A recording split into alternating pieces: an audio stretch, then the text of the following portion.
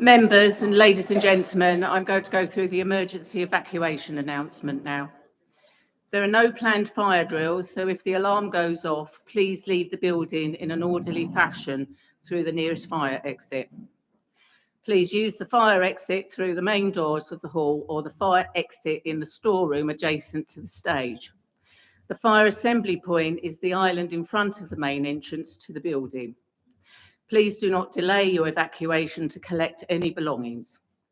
Please do not return to the building until given permission to do so by council staff.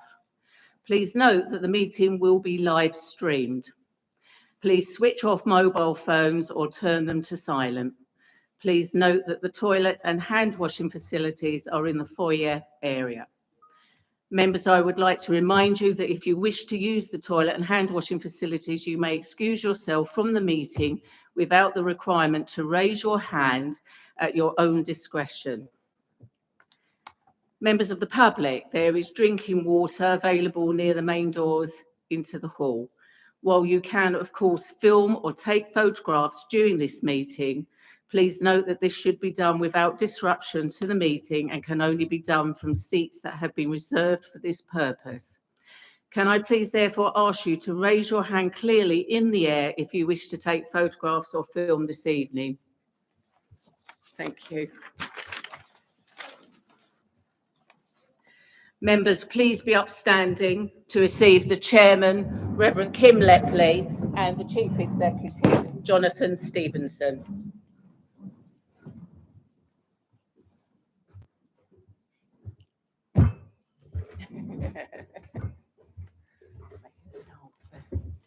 Thank you.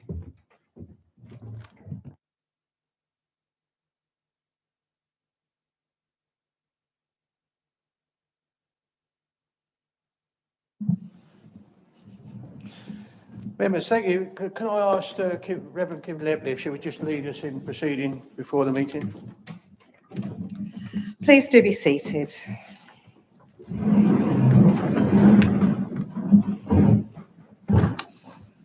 As always, it's a great privilege to be here to open your meeting with prayer this evening. So if you wouldn't mind joining me, then let us pray.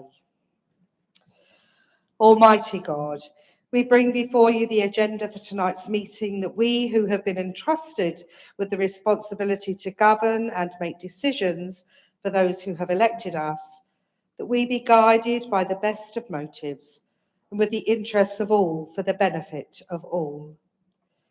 Give all our councillors clear minds and the desire to hear all points of view, including those who may be opposed to their own, and an openness of respectful debate. Make them gracious and courteous to friend and opponent alike, with a sense of working together for this district and the areas that they represent by each of our district councillors. At the same time, Lord, we commend for your blessing the work of all the employees of Rochford District Council, who maintain, implement and make possible the words that are debated, discussed and formed into policy. This we ask in Jesus' name. Amen. If you know the words and would like to, I invite you now to join me in saying the prayer that Jesus taught us, the words of the family prayer. Our Father, which art in heaven, hallowed be thy name. Thy kingdom come, thy will be done on earth as it is in heaven. Give us this day our daily bread, and forgive us our trespasses, as we forgive those that trespass against us. And lead us not into temptation, but deliver us from evil. For thine is the kingdom, the power and the glory, forever and ever. Amen. So may God enfold you in love, fill you with peace, and lead you in hope. And the blessing of God Almighty, the Father, the Son, and the Holy Spirit be with you all and all whom you love this night and forevermore. Amen. So I hope you have a really good meeting. And if you didn't have pancakes before you came out, that they'll be waiting for you when you get home. God bless you. Thank you. Do you want to stay? You're welcome to stay. I thought you might. Thank you very much. Thank you.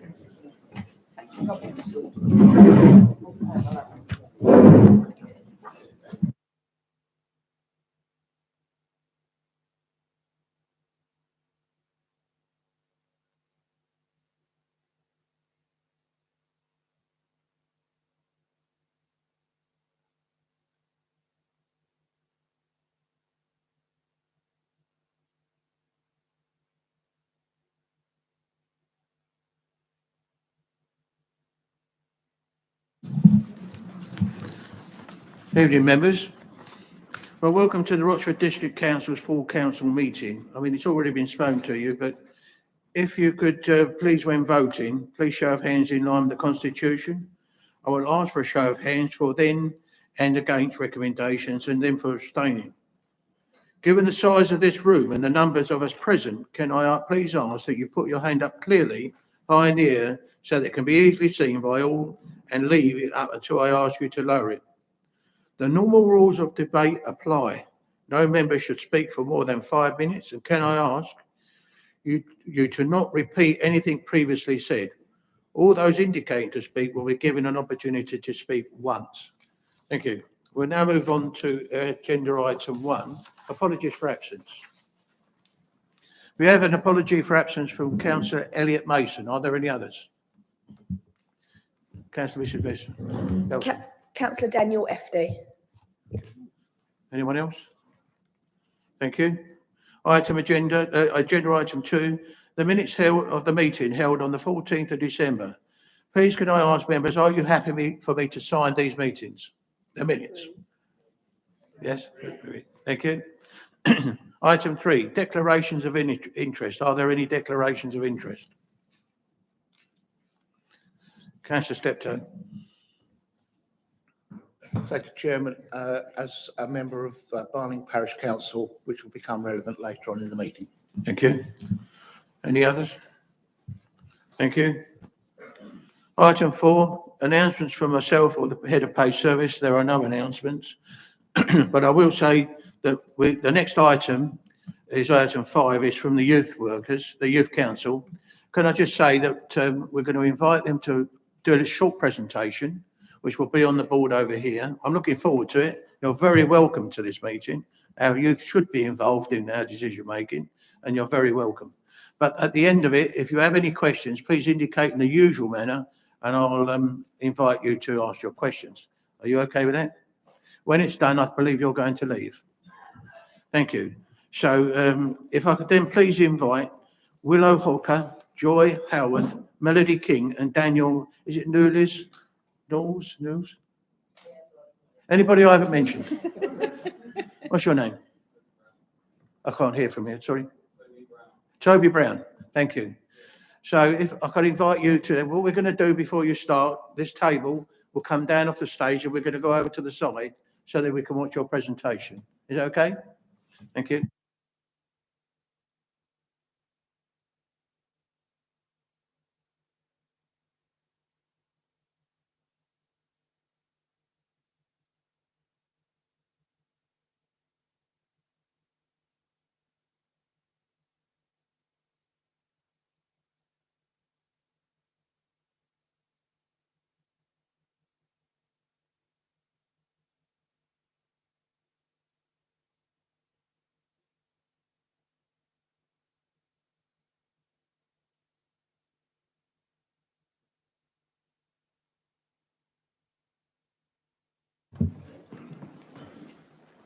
I am Joy Hayworth, the Chairman of the Council.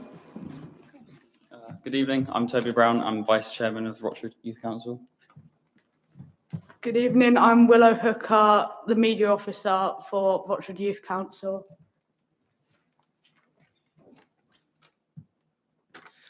So we just wanted to start this evening by discussing what we've achieved in the last year, just as a kind of to set a context for what we're going to talk to you about next.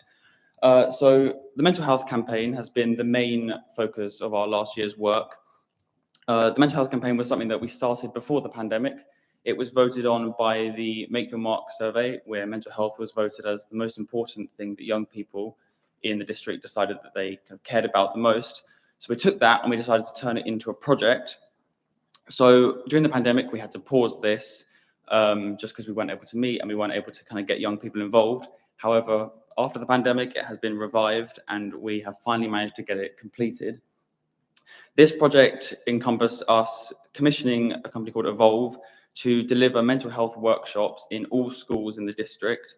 And this was a series of 2 workshops across 2 separate days, where a group of 10 or so students from each year group, 7 to 13, were allowed to join in on a session where they were given resources and lessons and workshops and activities that they could do together and with trained professionals to learn about mental health problems, about spotting the signs, and with our main slogan being reduce the stigma of mental health issues.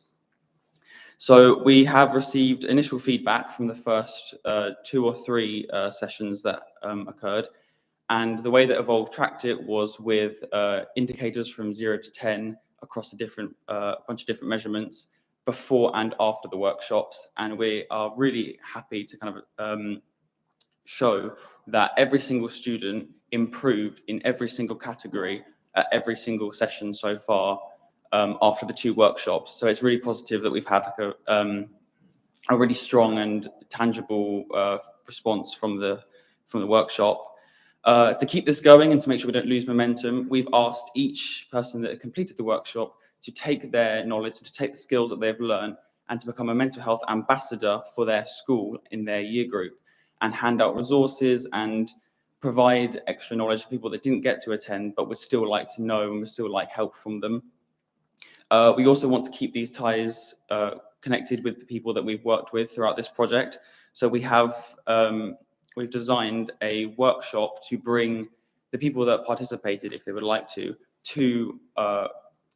Fitzwine Mark Youth Centre, where we meet for a meet-up where we're going to serve pizza and drinks, but also board games and to talk with the people and discuss what they found really helpful about the workshop, what they thought was missed out, what they thought our next project should be, and obviously if they wanted to join the youth council, as we're always trying to recruit. The next thing is we held our AGM, which will happen every year in November. With this, we had a reshuffle of the roles. We have our new chairman, Joy. I stepped down as chairman into vice chairman to focus on my A-levels, and we also elected new roles for new members that joined since last November. We also amended our poster, so we're trying to embrace technology a bit more, make it easier to access information about the Youth Council. We've added a QR code, we've changed the colours to make it more accessible for people with visual difficulties, and we're really excited that we've got this new poster and we're spreading it across social media and putting up at train stations, schools, local libraries, places like that.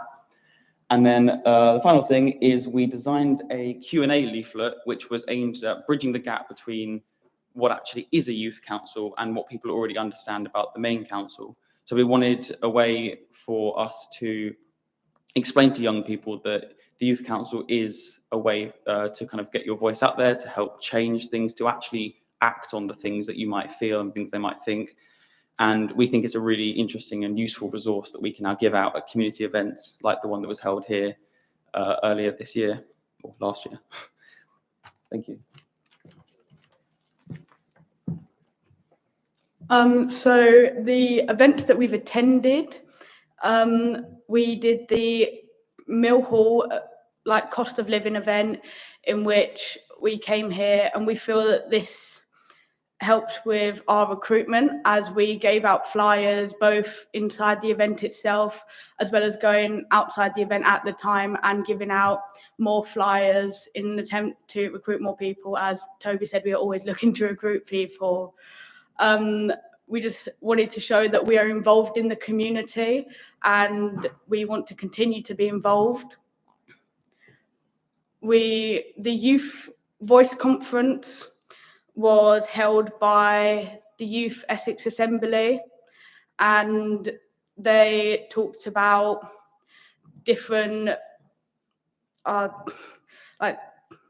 things that young people face and how these are prevalent and young people got the chance to speak, and it was about making sure that young people's voices are heard.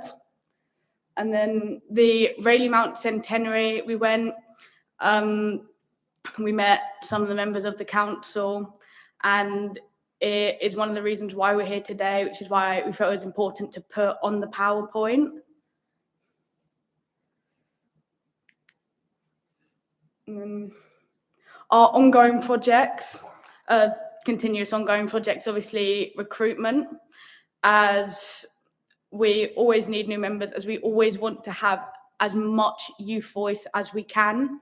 In trying to recruit people, we've also been to King George's Park most recently, and it has allowed us to talk to the youth and find out what they want, as we're also waiting on the Make Your Mark results, so we can also help with our next project based off of what that comes out of.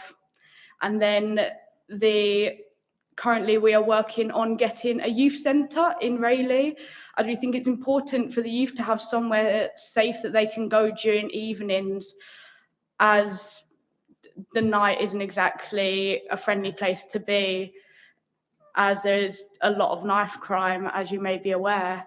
And so in doing this, we've got almost all of it set up. We just need to talk to the head of FIT about when, like what day and what time we'd be able to host this, to make sure that that we can hold it as often as possible. In terms of future ideas, we need to sustain the youth centre. I have only been chairman for 3 months, and we already nearly have this project up and running. As Willow said, we just need to talk to the headmaster of FITS, and then it will be ready to go. And Willow and I are going to volunteer. Another future project is going to be painting the planters in King George's Park, since there's like cylinders, like cement cylinders that no one really knows what they are, and they basically used as bins. But we wanted to plant some stuff in there and paint the outside so that they look a bit nicer and brighten up the place. We also wanted to do a project about road safety near schools, just because I think it's important for people to feel safe near schools, since there's not nearly enough crossings that are safe, or like lollipop people. We're also getting results for the Make Your Mark voting, which is where the young people vote on important issues that are going to be discussed in Youth Parliament, and we listen to those results as well. So the projects in the future are going to be led by that. Thank you for listening.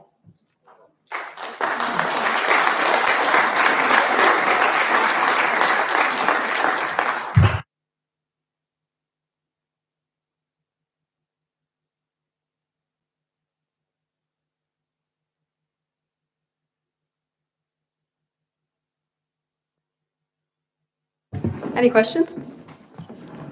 Right, if I could just, if I can, so we keep it in order, because otherwise everything will be coming at you at once. So just a tip. The thing is that what I'd like to say, first of all, thank you very much for that. It was really informative. It proves to me that you've done an awful lot, and it shows that you're a very important platform for this council to take into employment, because you're that link for our younger people. So I'm totally impressed with what you said.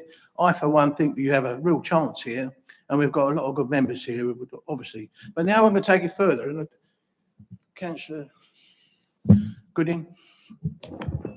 I don't have a question, but I would like to congratulate you all on the fantastic work that you've done across the district. So well done, and thank you. Thank you. Councillor Mrs McPherson. Thank you, Chairman. A couple of questions and a couple of points. First of all, again, well done. We need more young people joining the Youth Council to have a louder voice here in Rochford. I tried to have a little look when I saw that you were coming on to just have a little bit of research. And our officers and our council can do more to support you. I had a look on the website. It was last updated on your work in, I think it was March 23. So that needs updating, so these guys here can help you more. And also, you don't appear in our social media feed on the Rochford District Council Facebook much. So hopefully that could be improved. I have to say though, I found most of the information on your lead member who just spoke, Councillor Mrs Gooding's page, who's been sharing lots, including your news article in the Echo, which I would urge anybody to read. So that's just one bit. And my question was, how was it identified as Rayleigh for a youth club across the district? It was identified because the outside is intended to be a youth club. It says it on the outside of sixth form, but no one knows what it's about really, and there's no events apart from our meeting. So we wanted to make it more out there so that people actually use it as its intended purpose. Thank you. Any other members? Councillor Mason? Thank you, Chairman, and thank you so much, your whole team, for coming and speaking to us. You did it really, really well, very, very clearly. Fantastic support with media as well. I was very impressed with all that you've achieved in such an amazingly short time. I've got an invitation for you. The council is currently in course of creating a new strategic plan. The strategic plan will run from this year, 2024, till the carbon neutral date of 2030. And to do so, we need to engage with all sorts of people, organisations. We need to engage with stakeholders. And I couldn't think of a better stakeholder than you guys. So the invitation is, please, will you join us when we get round to consulting with stakeholders? Will you join us and help us create a new strategy for our district? I would love to do that. I'm delighted. Thank you. Thank you. Councillor James Newport. Thank you, Chairman. Yeah, congratulations. You all speak very confidently and in fact, not better than myself. But what I'd like to know, and I'm really interested in your youth club that you're going to set up or in the process of setting up, and how is the Youth Council funding that? And is there any way in which we can help with that? Thank you. I don't think it's funded very well currently. I mean, it doesn't exist yet, but when it does, it probably won't be funded very well. But we do have things already there since, like, as I said, it was intended for that. So there already is like games and things that we can do. And we are currently redoing the room that we do our meetings in already with the youth workers' money. So it would be great to have your support, but yeah, it would be great to have your support. Councillor Mrs Mason. Thank you, Chairman. I'm not going to repeat what everyone said because I think we have a wonderful cross-party agreement on this, which is nice to see. But all I will say is that I wish I had half the ability that you have demonstrated, all of you, tonight. And well done, and thank you. Thank you. Councillor Mrs Shaw. Thank you, Chairman. When you go out, I'd like to give you my card because I'm an Essex County Councillor, and I'm also on active travel for Safe Schools.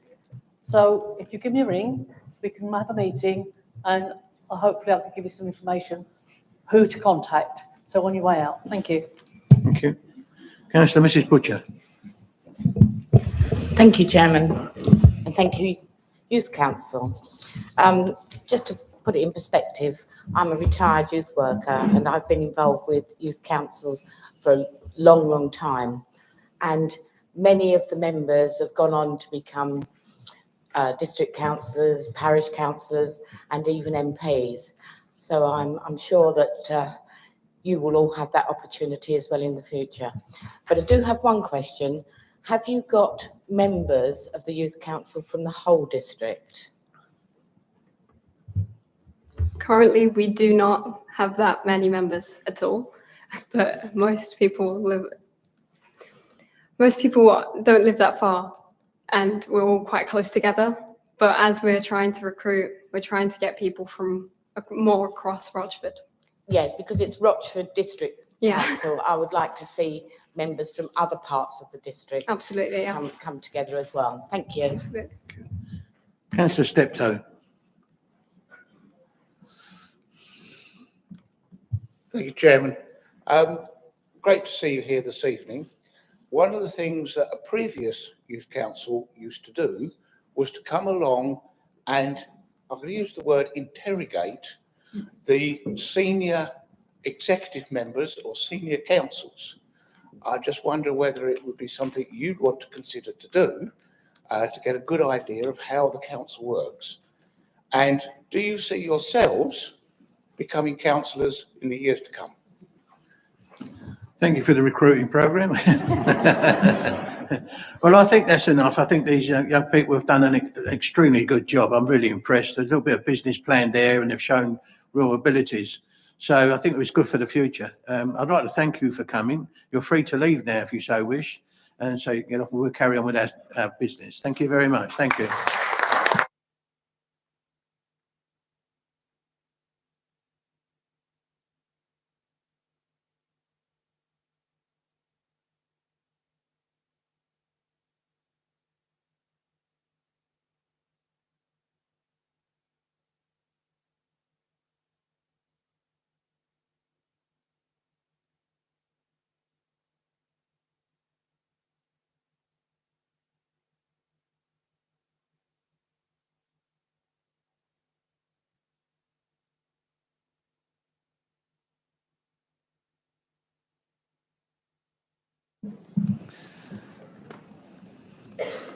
Thank you, members. We can get back to, that was very interesting, but we'll get back to item 6 now then on the agenda, public questions. There is one public question received from Mr. John Payton. Mr. John Payton, are you free to come and put your question?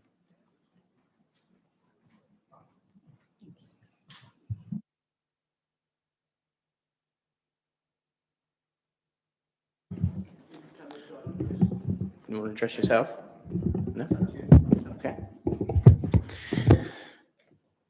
This is to the Leader of the Council. It is understood that currently there are commercial issues which temporarily prohibit this council from releasing more information and an update concerning the asset delivery programme. However, when these issues are resolved, will the Leader agree that the council will bring forward a formal public inquiry into the asset delivery programme so that lessons can be learnt, documented, reviewed publicly, and all information be brought to the attention of the taxpayer in a timely and transparent manner?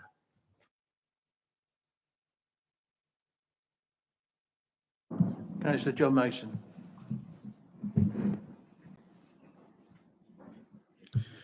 Thank you, Chairman. Just like to thank Mr. Payton for his question, which I'll now answer. Whilst the council is not able to hold a public inquiry like the government, the council utilises its Overview and Scrutiny Committee in reviewing council decisions, and this committee has reviewed previous documents and decision-making and made relevant recommendations on the ADP. The council has undertaken external independent health check reviews of the asset delivery programme. Health check reviews are an essential element of strong governance, where the process provides an independent assessment of the health of a project ahead of key decisions. On the 11th of October 2022, the executive was presented with a health check review by Local Partnerships on the ADP. Local Partnerships is owned by HM Treasury and the Local Government Association and offers professional independent support to public bodies in the review of strategic projects. The Overview and Scrutiny Committee considered the health check review of the asset delivery programme at its meeting on the 4th of October 2022. This health check review is published in the public domain.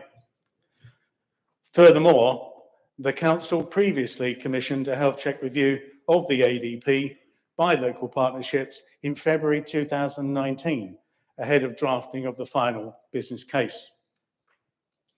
Once the council is able to do so, it will release the elements of information it is legally able to do in order to demonstrate the council's decision-making regarding the ADP. At that point, the council can consider with the chair of the Overview and Scrutiny Committee whether a further review is required on the ADP by the Overview and Scrutiny Committee. Thank you, Chairman. Thank you, Councillor Mason. We'll now go to item 8, questions on notice. Pardon? Sorry, I've jumped over.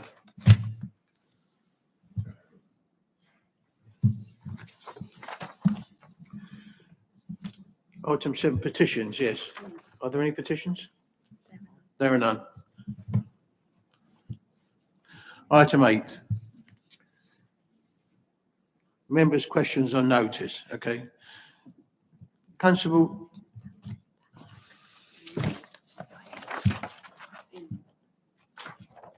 Stand by. Got two stuck together. Here we go. They're stuck together.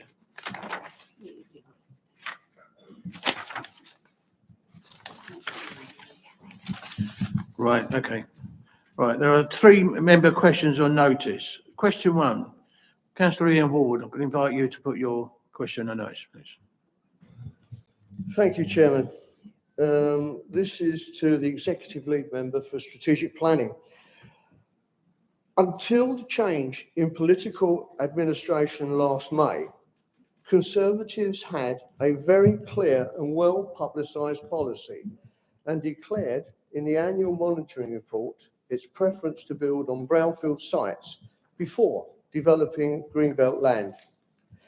Can the lead member for strategic planning please tell us what the current administration's position is? Thank you. Thank you. Councillor Jim Cripps. Thank you, Chair. Thank you, Ian.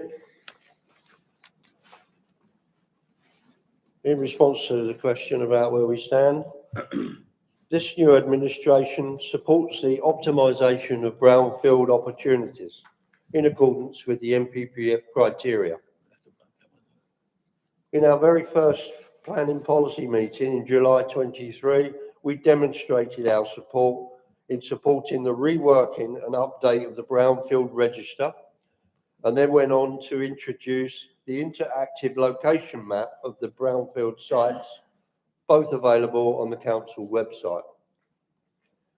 We believe the register has been given an appropriate level of attention so far, and we are committed to revisit the register again during 2024. I would close by highlighting the context of the register. The 33 potential sites could generate circa 15% of the new local plan homes target, a very welcome contribution. We support the use of brownfield. Thank you. Councillor Ward, do you want to make a supplementary question? Yes, thank you very much indeed, Chairman. It's just with reference to the Planning Policy Committee on the 17th of October 2023. I moved a motion, which was seconded by Councillor Foster, that the Council should comply with the NPPF statement that planning policies and decisions should promote the effective use of land, making as much use as possible of previous developed or brownfield land. And I do not understand actually the voting, because on that particular day, members voting in favour of the motion were myself, Councillor Foster and Councillor Steptoe were in favour. But both yourself, Councillor Cripps, Councillor Hoy, a deputy leader, and Councillor Newport, a deputy leader, actually voted against the NPPF. And, you know, I'm very pleased that you've actually come back and said that you do agree with it, but I was quite surprised in what happened in that meeting. Thank you. And why? Councillor Cripps, do you wish to reply? You don't have to. Yes, it's very easily explained. I don't think we need a soundbite to demonstrate our commitment. I think the cross-party planning policy committee has worked together closely and well, and we'll be doing so again on Friday when we've got yet another workshop to tackle some of the other issues. And there is no doubt that I'll make it quite clear, there is no doubt that we support brownfield, which has to meet the criteria of the NPPF rules, and that's a given. Thank you. Thank you. We'll now go on to question 2. I'll invite Councillor Eileen Gadsden to read out your question. My question is to the Executive Lead Member for Strategic Planning. At the 14th of December's full council meeting, I proposed a motion on notice relating to Gypsy and Traveller pitches. This was intended to address a real and current problem designed to protect the Greenbelt from inappropriate applications. The response from the administration was an amendment which referred it to the Planning Policy Committee. The chairman of Planning Policy committed to providing short-term solutions, though would not commit to a timescale. My question to the lead member for strategic planning, therefore, is why did the Gypsy and Traveller issue not even get onto the agenda for the Planning Policy Committee meeting held on the 16th of January? Thank you. Councillor Cripps. Thank you, Chair. Thank you, Councillor. The simple answer is that a very strange set of circumstances occurred coincident with the Christmas area, and I'll endeavour to explain to you why it didn't come to the committee.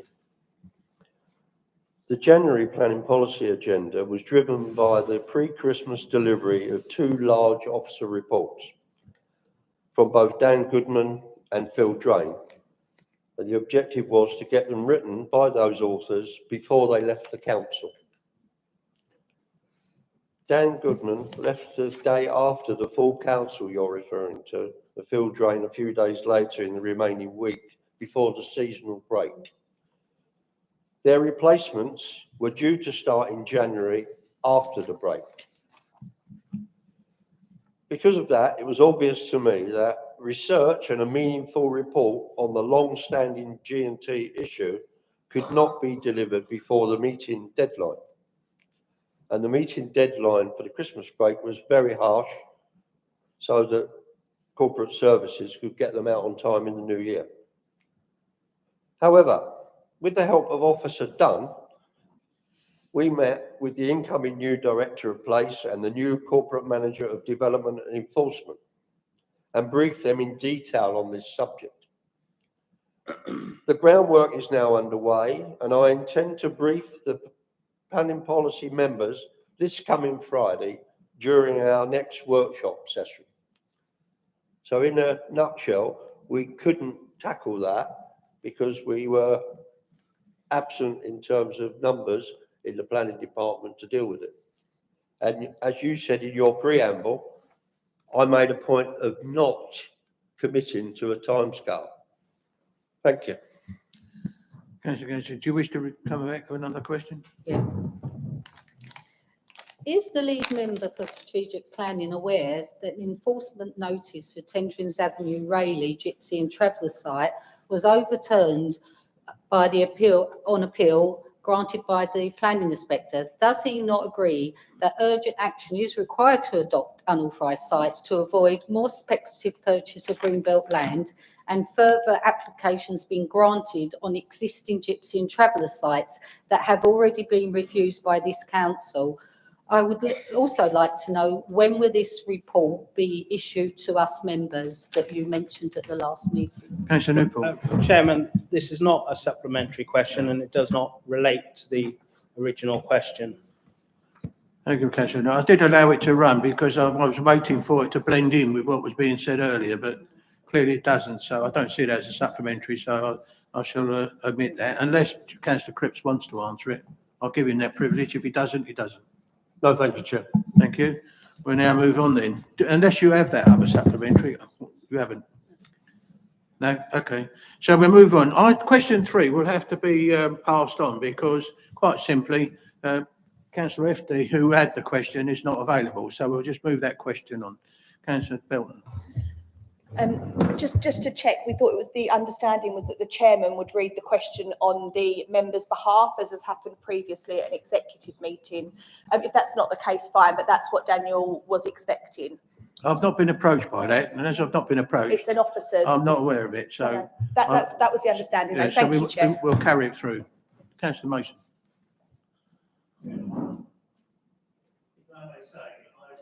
I would welcome the question to be put by you because I believe it will assist residents and members of the council to understand the position of the administration in relation to the issues raised.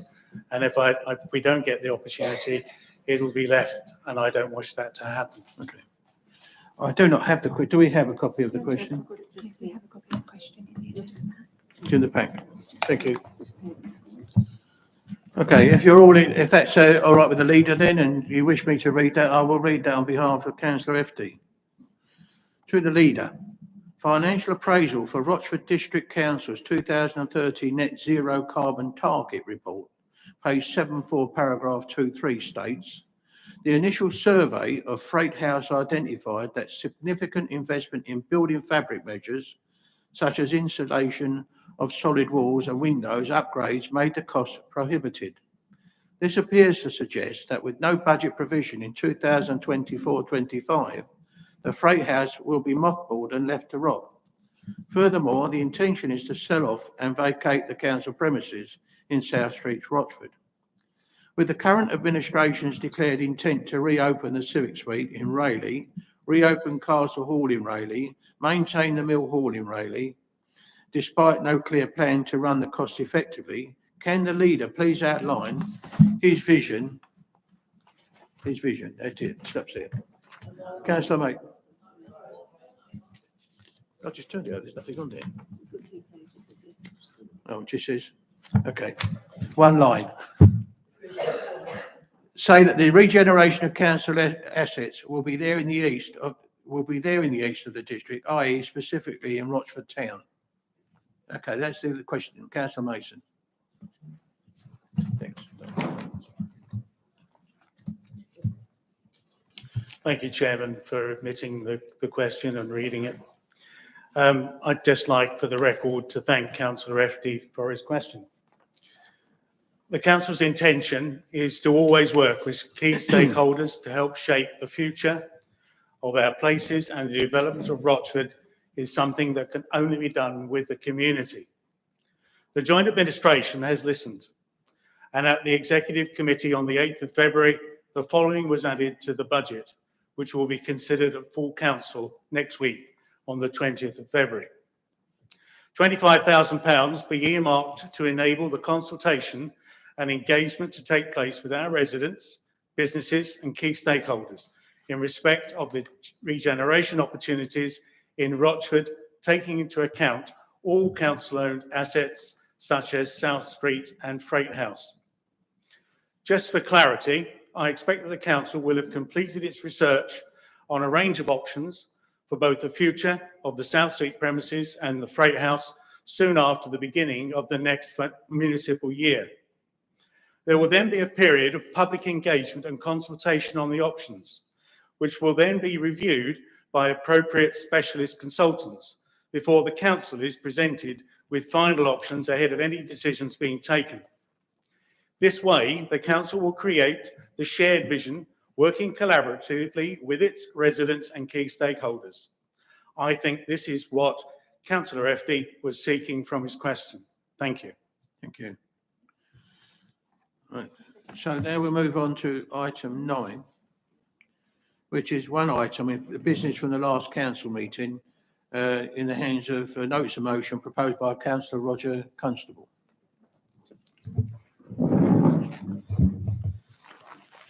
Thank you, Mr. Chairman. The motion is that Rochford District Council will hold all committee meetings of either full council or the executive during the evening to ensure that maximum inclusivity for both councillors and members of the public. Councillor Daniel Belton. Thank you. I would like to second that motion and reserve the right to speak later in the evening. Thank you. Member, we have this notice of motion. Is there any members who would raise any questions regarding this motion? Councillor Newport. Thank you, Chairman. I won't be supporting this motion, Chairman. There's provision for this in the Constitution, and I know there is in the proposed Constitution tonight. This could impede the council needing to carry out urgent business, and all meetings may need to take place in the day. So I won't support this motion. Thank you. Thank you. No other proposition. Okay, so then Councillor Belton. I'm happy to come back now if members have finished speaking. I hear what Councillor Newport has said, but urgent meetings need to be attended by members and often members of the public, and many of us are not available at short notice during the day because many of us have jobs, and we know that recruiting members to this council can be challenging, and we need to make it accessible to as many people as possible. Given that the 2 meetings that have taken place in the day recently, one of them was very short, lasted 10 or 11 minutes, I wasn't able to attend. The other had to be abandoned after even less minutes. If people have taken annual leave to come away from work or whatever their obligations are to attend those meetings, people with children, it affected school runs. I think it's really disadvantageous to have meetings during the day. And whilst I respect Councillor Newport's opinion about urgent meetings being needed, they can be done in the evening or earlier in the evening, as we have seen with chief officer appointment meetings. So I don't agree with what he's saying. I don't think it would impede this council, and I think evening meetings are more accessible to the majority. Thank you. Thank you. Councillor Hoy. Thank you, Chairman. Without repeating anything, I completely agree with Councillor Mr. Newport. I would point out that previously, under the previous administration, every licensing committee was held during the day, and I heard no complaints from the current opposition on that when they were in administration. I will not be supporting the motion. Thank you. Thank you. Well, I think we've heard from... Yes, Councillor. Yeah, Mr. Chairman, I understand that licensing is always held during the day for that very purpose, and I expected that not to be included within that motion because licensing is always held during the day. So if you want to put an amendment to it, that apart from licensing, I will be happy to propose that amendment to it. Well, there have been, sorry. We need to just check that Councillor Belton accepts that amendment. Councillor Belton, would you accept that amendment? I would accept that amendment because licensing needs to be during the day because we're inviting professionals in as part of their working day often. So it makes perfect sense. Happy to support that amendment. So, do we need a seconder for that? No, that's fine. The proposer and the seconder both agree with that amendment. So what is the amendment now then? So then, omitting. So it will say except for licensing committee. Okay. Right, members, I think Councillor Newport. Thank you, Chairman. I'm just speaking to the amendment. Chairman, today I've returned from a meeting at Essex County Council, sat in a room with 75 other county councillors, or 74. None of them seem to have a problem with attending a meeting in the day. In fact, Councillor Shaw and Councillor Steptoe was there as well. I didn't hear any grumbles from them about the timings. And I think all of the meetings I go to are at County Hall. So I don't really see this being an issue. As I said previously, I won't be supporting this motion. Councillor Wotton. Thank you, Chairman. Look, I think to start making comparisons between councils, this council does this and that council does that. We're talking about Rochford District Council here, and what we're talking about, inclusivity. There are business reasons and practical reasons as to why the licensing committee is held during the day. No one's got any issues with that. but this is about making our meetings inclusive and available for all members. When people take on a particular function, with respect, county councillors, certainly in Essex, realise that the meetings are during the day. That is part of the commitment. And equally, when members take on the role and are elected to take on the role as members in Rochford District Council, the expectation is that the meetings will be in the evening. So it is nothing more than inclusivity. Thank you, Mr. Chairman. Councillor Mrs Mason. Thank you, Mr. Chairman, sorry. Nearly all right. forgot who you were. I can't do that, can I? No, I'm having one of those moments, don't worry. I shall join you willingly. I'm a little bit, I'd like some clarity. I know licensing and appeals have been held traditionally in the daytime, and I must admit personally, this caused me and some of my members an issue. My understanding was that was a choice, but that licensing hearings and appeal hearings had to be in the daytime, but not necessarily the committee meetings. So I would just like to, if my understanding is correct, then I don't see the need for the amendment, but it's entirely up to the proposer and seconder. So could someone give me some clarity on that, please? Can I ask, Emily, if you could just clarify that, please? Thank you, Chairman. Good evening, members. Yes, that's absolutely right. Licensing appeals hearings are held in the daytime because they require the person applying for the licence to appear, and often their legal professionals or other representatives. Licensing and Regulatory Committee deals with licensing policy, so that could very well be held in the evening because that tends to be just members and officers. Thank you, Chair. Councillor Mrs Belton. I would just like to thank Mrs Mason for making, Councillor Mrs Mason for making that clarity. I was certainly referring to the appeals and the hearings that happen during the day, which are often difficult to find cover for, and we all have to have substitutes, further showing the fact that daytime meetings can be a challenge. So I would be happy to revert back to the original motion if Councillor Constable is in agreement, because actually it's covered in the wording. Mr. Chairman, I'm happy for that amendment. It was my confusion between hearings and committee meetings. Thank you. Okay. Councillor Mrs Mason. Thank you, Mr. Chairman. May I now speak to the substantive motion, which I think we're back to, rather than the amendment? And I must admit, I have always found the licensing meetings in the afternoons difficult. And I think that detracts from people attending. I would support this motion. I do believe that evening meetings, which is our custom and practice, and it has been for as long as I've been on the council, with the exception of licensing, unfortunately, which is a good dozen years, and before that, I believe, has always been 7:30 in the evening, bearing in mind that we are a commuter area. And the reason for the 7:30 start, and I know we don't want to be that prescriptive, but the reason for the 7:30 start is that residents and members that work in the city can reasonably attend an evening meeting without too much disruption to their daytime. So I will be supporting the motion. Thank you. Go back to the original motion, aren't we? Councillor Hoy, you wish to speak? I find it quite sad that members of this council are so old-fashioned and out of date that they don't understand flexible working, they don't understand shift work, they don't understand night work.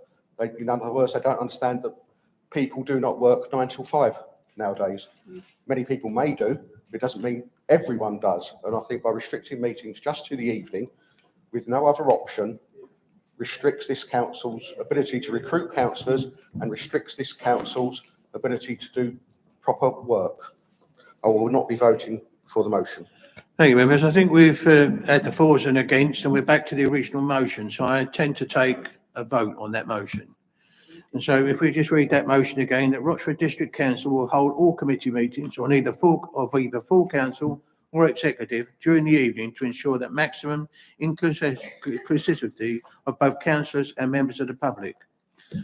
All those in favour? Who's counting?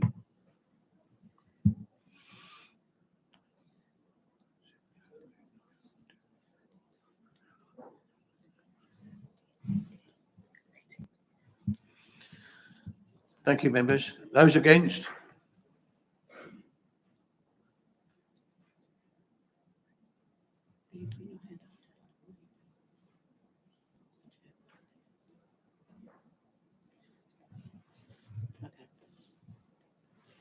Thank you. No, and any abstentions, members? Two. Pardon?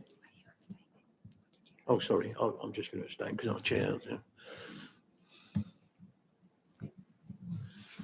Yeah, members, that is carried as 18 for, 16 against and 3 abstentions. So that is carried, that motion.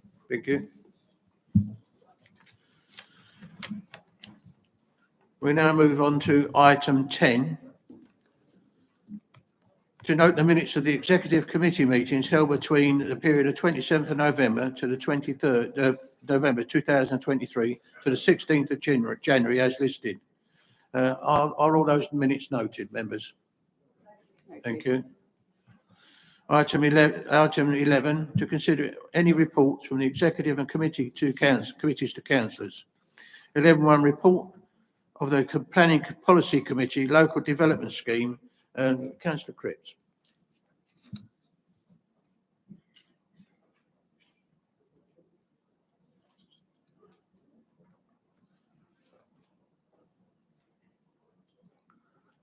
No, I'll do it again. He wasn't listening. So we're looking at item 11.1, report of the Planning Policy Committee Local Development Scheme 2024-26. Councillor Cripps, I believe you're the to introduce this report. Chairman, unfortunately, Councillor Cripps can't hear you, so could you speak up, please? You can't hear me? Oh, sorry. Oh, you haven't got, I understand, okay. Right. Councillor Cripps, the next question is 11.1 is the report of the Planning Policy Committee Local Development Scheme 2024 to 2026. I understand you're producing that report. Correct, yes. Would you do so, please? Okay.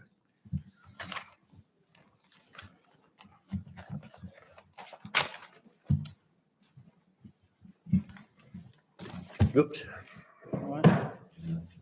This went through the Planning Policy Committee on the 16th of January. It's quite a large document.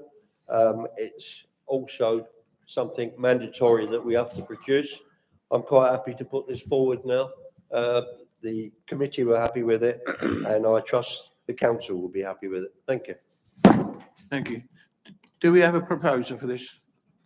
Do we have a proposer for this report? Yeah, I oppose it. Sorry. Proposed by Councillor Cripps. Do we have a seconder? Seconder. All of you. Right. Councillor Mason, John Mason. Okay, thank you. Are there any questions on this? Councillor Ward. Thank you, Chairman. I would like to actually make a statement with regard to this report, if I may. I believe officers are factually wrong in implying that the deadline for the plan making under the current system is likely to be extended. Michael Gove has explicitly stated that 30th of June 2025 is the cut-off date. Authorities that do not meet the submission deadline for old-style plans will need to prepare plans under the new system. This would result in a significant amount of abortive work and wasted time and financial resource. The timetable set out in the proposed LDS 2024-2026 does not propose submission for examination until Q3 2025, which would clearly miss the deadline set out by the Secretary of State. It will be critical for Rochford to meet the 30th of June 2025 deadline to avoid having to start again from scratch and in accordance with a new plan making process, the final details of which are not yet known, but it's been suggested in consultation material that plan making will follow a 30-month programme. It should be further acknowledged that it will be a local election in Rochford, May 2024. There will likely be a general election this year too. During any election campaign, there are pre-election periods of heightened sensitivity where there are further restrictions on what can be done, particularly in relation to the development of policy or new consultations. On this basis, we can expect 2 periods amounting to circa 3 months in total over the course of 2024, where the potential to progress the local plan will be stymied. This adds a further challenge to meeting the June 2025 deadline. However, we do consider this to be achievable with focused effort and intention. The legislation provides that the council must undertake both a Regulation 18 and Regulation 19 consultation. Under Reg 18, Part 1, the spatial options document was subject to consultation in 2021.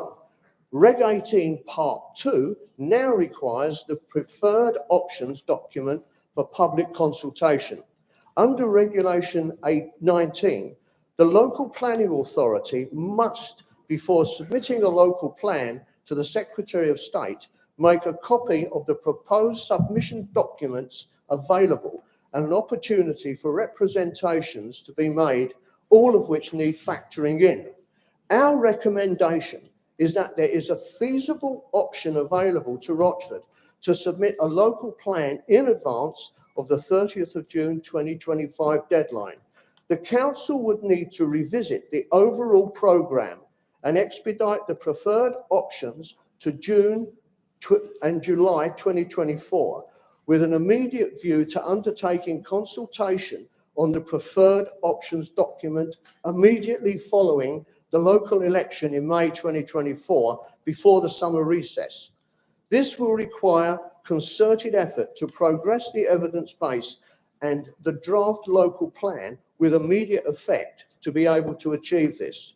Following this, the Regulation 19 consultation would need to follow in early 2025 to avail a window of opportunity prior to the June 2025 deadline. If the preferred options public consultation does not take place in the summer of 2024, there is still an avenue available to skip this stage and progress directly to Regulation 19 pre-submission public consultation in Q1 2025. If the council... One more minute. Thank you. If the council elect to proceed in line with the LDS 2024-2026 as presented in the full council committee papers, it is highly likely that Rochford will be required to go back to square one and commence the plan-making process under the emerging new system. This would mean that there would not be a new local plan to guide growth and development until 2028, thereby leaving this council open to unknown changes and difficult to defend speculative planning applications. And I would like to hand this over to whoever's doing the committee minutes to present this, plus the plan that I have on the back. I'd like to hand this over to Jonathan Quelter, sitting here, and then he can take that plan. Thank you very much, Thank Chairman. You're 1 second over. Thank you for that. Is there any other comments? Councillor Mr. Shaw. Regarding the strategic transport assessment that has been done by independent consultants, what I'd like to know, and the question is, has any of this data been given to Essex County Council? And I made investigations yesterday and today, and I can actually say it hasn't. So when the consultation does go to Essex, how long will it take to come through, and how much will it cost? Has the council, RDC actually costed this out, or asked the Essex County Council how much this will cost? Thank you very much. Okay. Councillor Cripps, do you have a reply for that question? Thank you, Chair. I'd have to defer to the professional officer for a response on that. Okay. Thank you, Chair. So in terms of the transport assessment, that work has obviously been done in conjunction with Essex County Council. So they are working with our consultants to prepare that work already. So they're currently in the stage of looking through the framework of that work. So in terms of the way that's modelled. And that will effectively be then brought through in terms of them accepting whether that's the appropriate basis to assess the impacts on the transport network. So it's an ongoing process. It's not going to be a case it's finished, right? It's going to be ongoing up until the point of submission and through the examination process. That's the same for a lot of local plans. So I think it's clear to say that that's obviously been costed from the case of Rochford Council, the money that we're paying towards the consultants, and obviously as part of their work, they have to work with the County Council as highway authority. So that is in hand. Councillor Mrs. Shaw.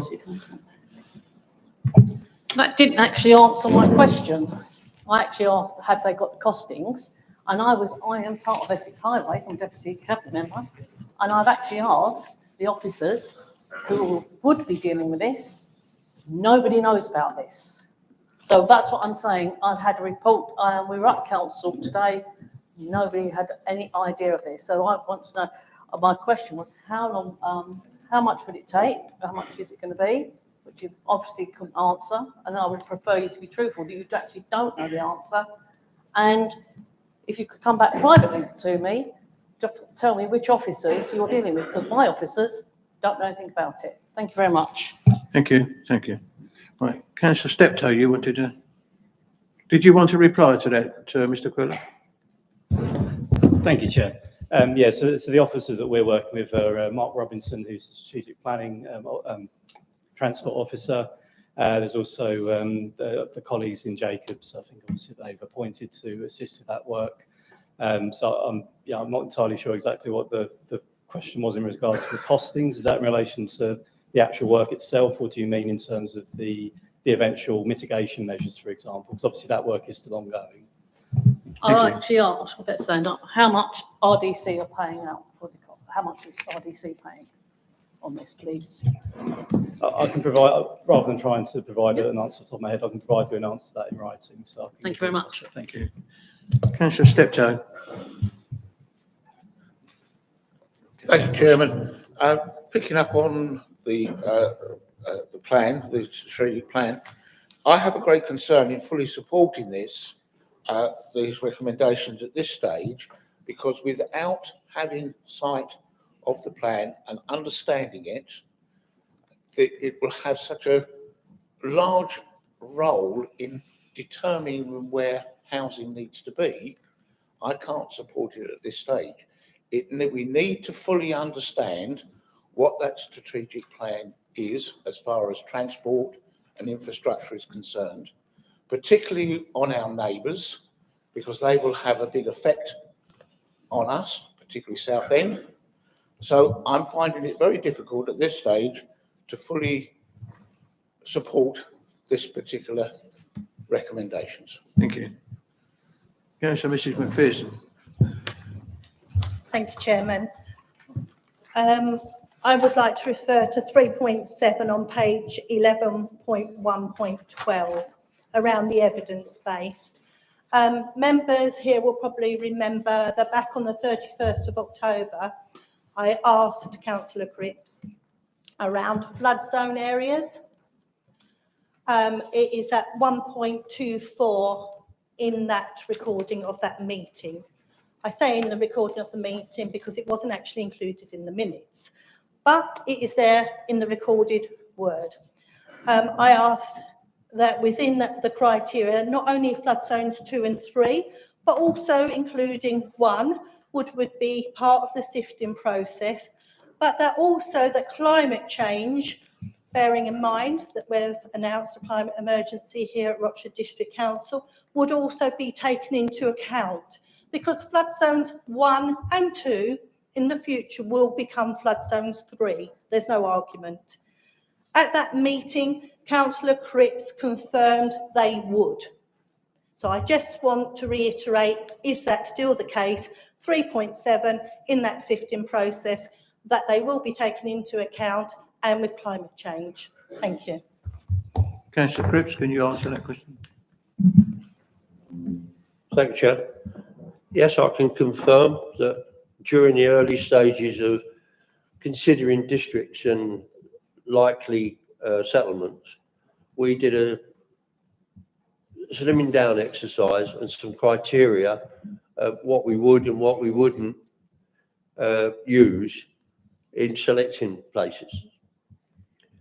As far as the flooding was concerned, we said we would obviate the category 3, avoid the category 2, but category 1 would remain. Councillor McPherson. I will come back because I think perhaps Councillor Cripps might need to listen to that recording from the 1st of October, because that wasn't. It was also to include flood zone 1 and take it into account alongside climate change. And 3.7 on page 11.1.12 does say in the last sentence that the LDS is kept under review. So it can't be already part of a sifting process because it's an ongoing process. I think that Councillor Cripps will agree with that. Thank you, Chairman. Beg your pardon, sorry.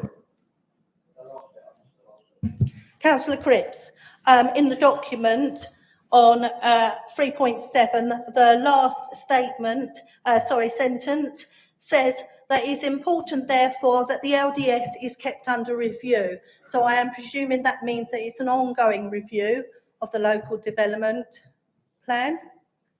Correct. Great. So therefore, no sifting has already taken place of flood zone 1 because it's an ongoing process. Okay. Thank you. I'll take your point. Thank you. Right, we now go on to Councillor Wootton. Thank you, Chairman.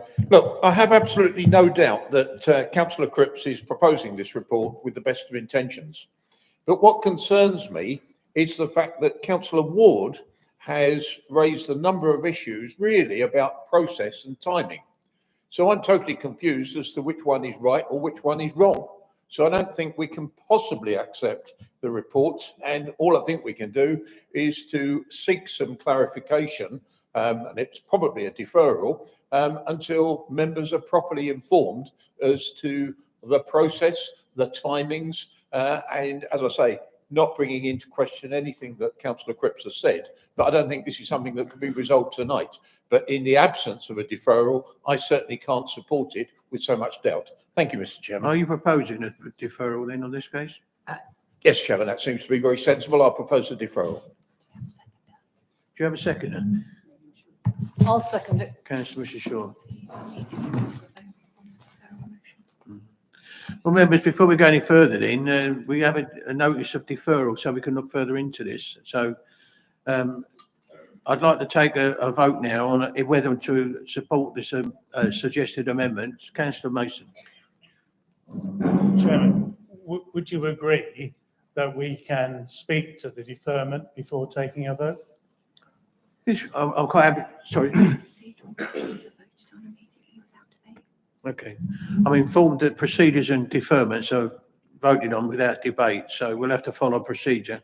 So, no, the answer to that. I'm being advised by my officer, so we're going to take a vote then. So we're looking at a deferment, a proposal that we defer this item while we can take further, further sort of investigation into it.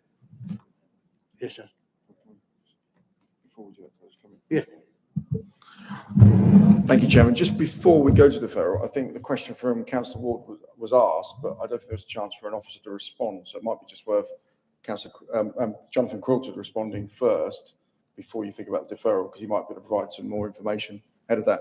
Because one of the points Councillor Ward made about the urgency of this, so deferring does go against that. So if there is a response that Jonathan Quilter can respond before you think about deferring, it might be worth hearing that. Well, I'm all for it if the members are happy. So, Mr. Quilter. Thank you, Chair. Can I just ask you to be a bit louder, please? I was struggling with your last. Yeah, apologies. No worries. I can speak up. Yeah, so thank you, Councillor Ward, for the notes and obviously presenting that. Yes, you're correct. Obviously, in terms of your assessment of the situation as it stands, currently, obviously, the government is proposing that by the 30th of June next year, that would be the deadline to be able to submit a plan under the current system.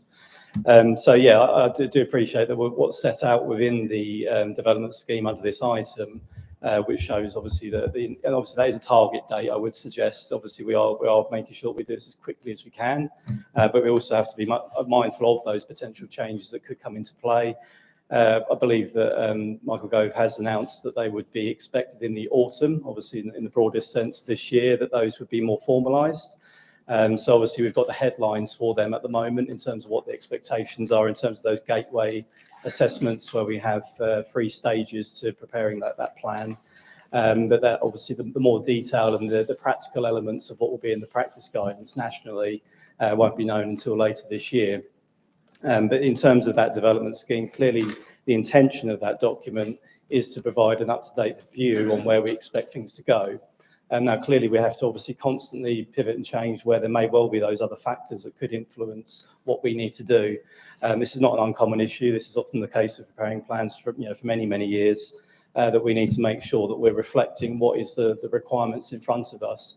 Clearly what we don't want to be in a position of is actually submitting a plan that is knowingly unsound. Clearly it needs to be a plan that we can, as a council, adopt, and it's legally possible to do so. So really what I would suggest is it's a case that with that development scheme that we are obviously keenly aware of that deadline, and our intention as it stands is to meet that deadline. And certainly I suppose it could well be a case that if that was the main point of contention around it being Q3, that could be changed to Q2. So that could show that could be, obviously that's our intention, that is the intention to submit by that 30th of June deadline. Now clearly, as we just alluded to earlier, this document has to be kept live and up to date, and that is a requirement to keep this timetable under review and changed as accordingly if we need to in future. But as of today, that's our intention, is to make sure we can get a plan submitted by that deadline. So that would be my view anyway, in terms of if that was a useful suggestion. Thank you. Which I vote in.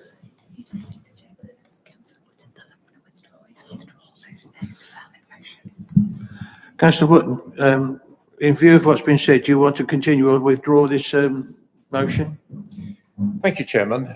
Look, there is a danger that I tread into an area I know absolutely nothing about in terms of the technical aspects, but I'm just simply looking at it from a process point of view, and I think it has been acknowledged by the officer that actually this report is lacking in terms of definitive deadlines.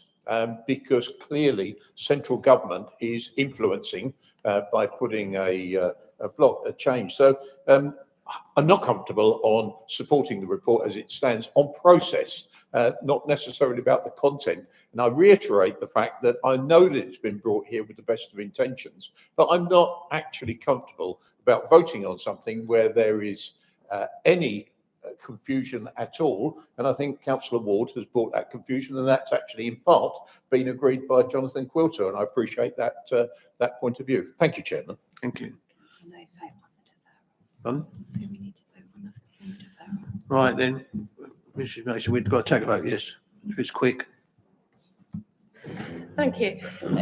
Just a point that my understanding is the concern is over the timeline, very briefly. And the officers have obviously supported this report, if we defer it, we're going to extend the timeline. So I think it's a case of shooting ourselves in the foot, but I'm not sure.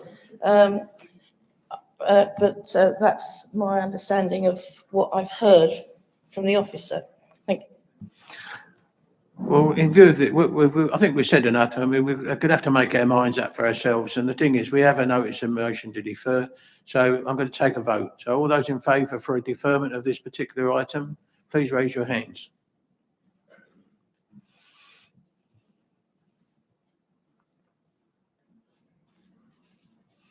Thank you. Those against?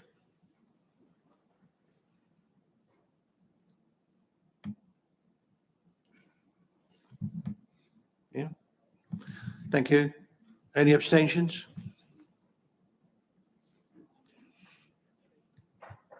Thank you.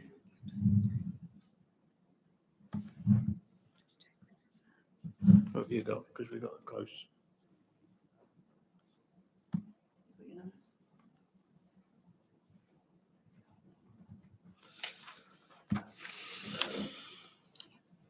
Yeah. Well, no, it's been defeated. Those for it were 12, against 21, and abstentions 4. So we'll go back to the original proposition then, if we may, that we're now looking at the proposition that the local plan development scheme 24 to 26 as attached in Appendix B be adopted and published on the council's website. Councillor Foster. Thank you, Chairman. Without going too much over what's already been said, it's disappointing.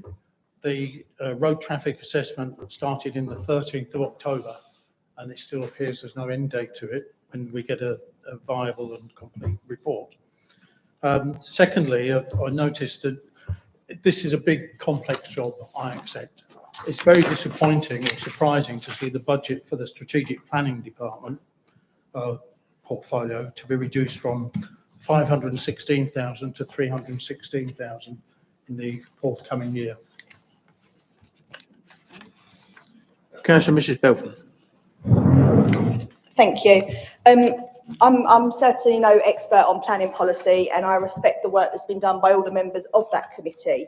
And the report itself, my concern is twofold.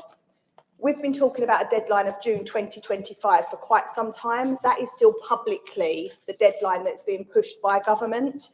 Locally, that is what our residents expect. And my concern is going back and now setting a deadline 1 year on is unfair on our residents. We have a large number of groups right across the district that are concerned about future development. If we miss this deadline of 2025, we are potentially at risk of unscrupulous developers coming in and building whatever they want, wherever they want. And that has always been a huge concern of this council and why the deadline has been so important to meet. So, and it was a difficult one because I didn't want to defer the item because we don't want to delay it anymore, but I don't want to support a report where I don't agree with the timelines. And I think we're putting this entire district at risk of unscrupulous developers. So I can't support the report in its current state, but because of the timelines that have been stated within it, and certainly listening to what Jonathan Quilter said, it supported, to my layman understanding, it supported what Councillor Ward said in terms of that deadline still being a real and live date of June 2025. So I would have wanted to have supported the report, but I can't purely on timings. Councillor Mason. Thank you, Chairman. I'm in new ground here because it's not something that I've come across before, which must be quite remarkable in the amount of time that I've spent in this chamber. We have a recommendation from a committee. We have found that since the committee made its recommendation, that there is now considerable doubt over the timeline that was included. Can I ask through you, Chair, to Emily Ewell, is there any way that full council can amend this recommendation at this point and therefore reset the appropriate line or lines in the timeline to comply with what Mr. Quilter has been advising us? Thank you, Chairman. You give us a second.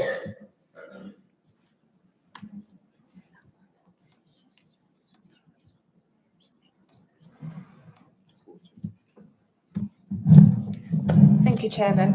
I believe you're referring, Councillor Mason, to the table that's on page 1114 of the report. Yes, is the short answer. You could propose an amendment to the recommendation along the lines of subject to altering that timeline and then put in your change that you wish to make to the table.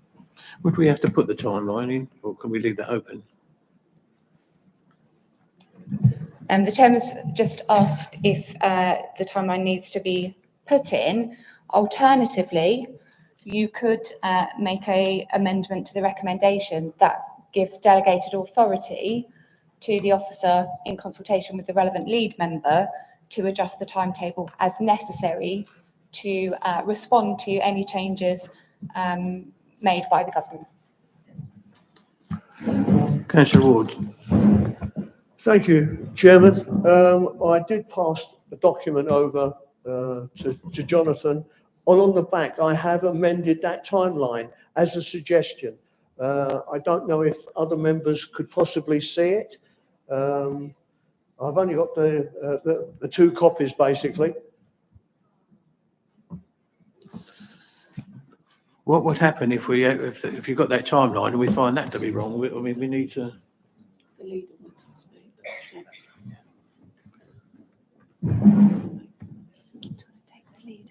Yeah, sorry, Councillor Mason.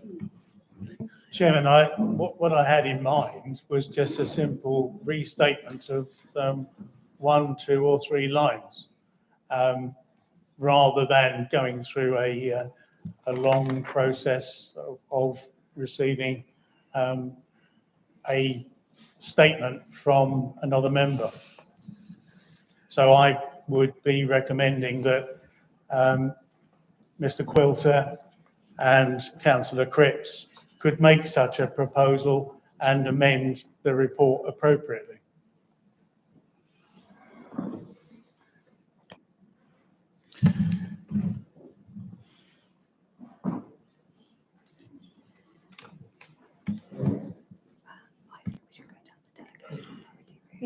Delegated authority. So who's the delegated authority? So what they do, they retire and come up to time, or just leave it open so that they can? Motion can be voted on, but just to give them municipal ability to adjust the timetable. Okay. Yeah, got it.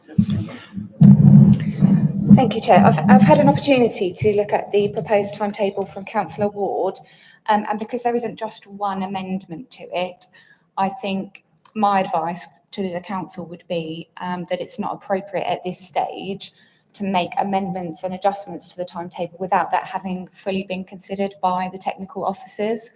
And on that basis, my recommendation to the council would be if you wanted to amend the proposed recommendation, it would be to include a delegation to officers and the relevant lead member to make adjustments to the timetable as is necessary. Thank you, Chair. Councillor Mrs. Belton. Thank you. Completely understand what Emily Yule is saying. My concern is that is completely open-ended and actually could further, they could change it to be further back in terms of later. So could the wording not be to incorporate to amend it as required in line with current deadlines or words to that effect? Because I think the big concern here is if we miss the deadline, we either start the process again or developers come in and do what they want to our district. So I think it's about the deadline being met as opposed to the specific details being changed within that table. That's as I see it and as I understand it, and that's my concern for residents. Councillor Mason, did you want to speak? You didn't, no, unfortunately. Right.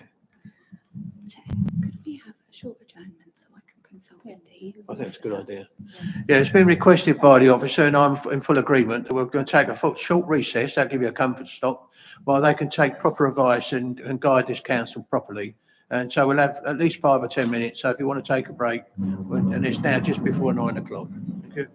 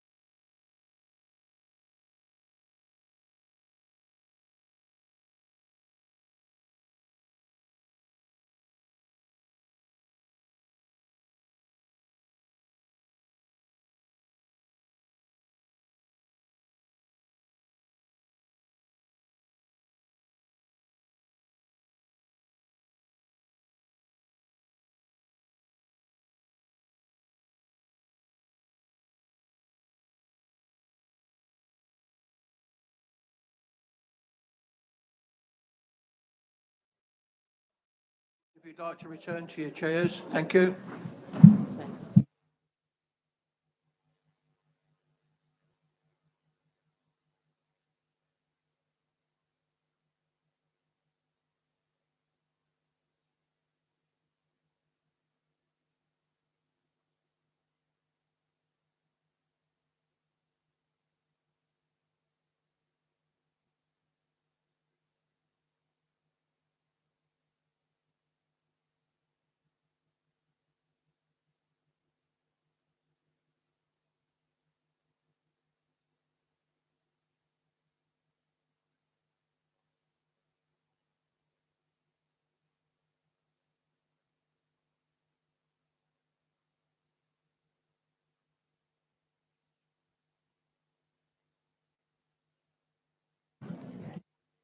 Members, we're now convening this meeting. The time now is 9:15, and I want you to remember that time because a notice of importance has come up. We're going to just finish with this item, and then I intend to move, before we go any further, bring items 14 and 15 forward because of the importance of that tonight. We must get that done.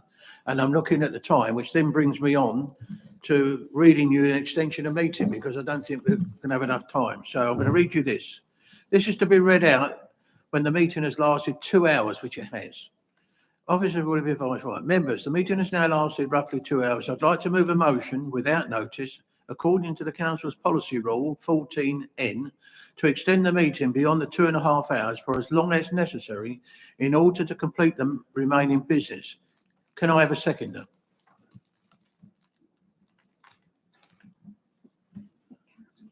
Councillor Mrs Mason, okay. Right, we need to extend, so can we have a vote then to extend this meeting before our normal threshold? All those in favour? If we don't, we won't finish all of our stuff tonight, I'll tell you that now. So, right, all those in favour? Who's got their hands up?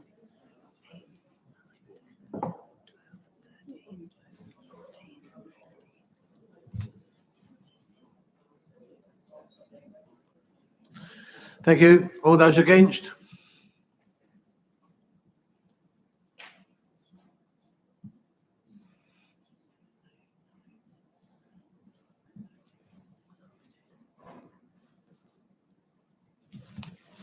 There you go. 15, I think. I made it 14. One. Can you put your hands up again, please? 16. Okay, thank you. We want to make sure. Any abstentions?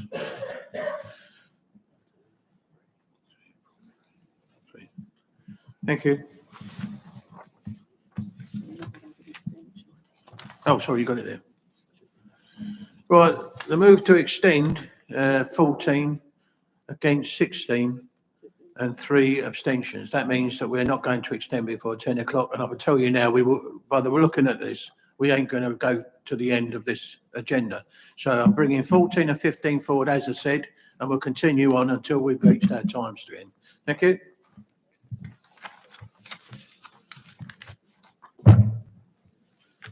Right, we're just finishing off this existing item, so. Okay. Yeah, have you already? Okay, councillor Cripps, are you in possession of the new, I believe you wish to put an amended motion. Thank you, Chair. Yes, I'd like to propose a motion to my original motion. And I shall use this document, which I shall call the Ward Memorandum. And we will change the date to match the deadline on there, Q2 2025 deadline on our own document to match that. So that's the motion to change it on our document to what this document says, Q2 2025. Do we have a seconder to that motion? Councillor Mr Mason.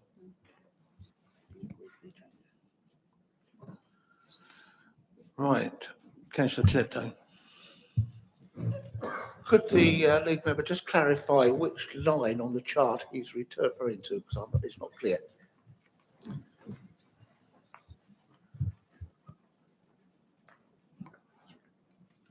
Councillor Cripps, oh, you can't hear, okay. Do we?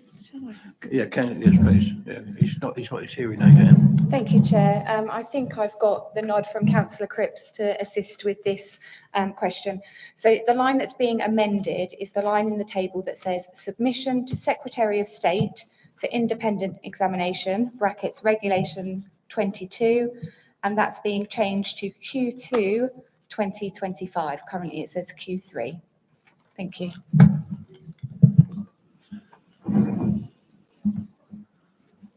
So, okay. So I wish to take a vote on that amendment then. So all those in favour, sorry? You don't need to vote on the amendment because the proposer and secretary. Oh, so that's done then. Okay, thank you for that. So we don't need any votes. So that's now carried forward. Thank you. So I'll give you that back to you. Thank you. Right, so we're now going to go to items. So now you're voting on the substantive motion. Right. So we're going to take a vote now for the substantive motion as amended, right? So all those in favour? Well, that's made a difference.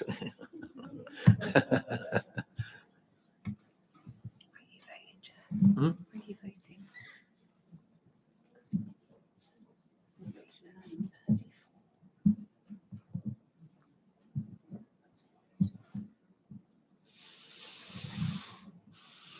Thank you. All those against?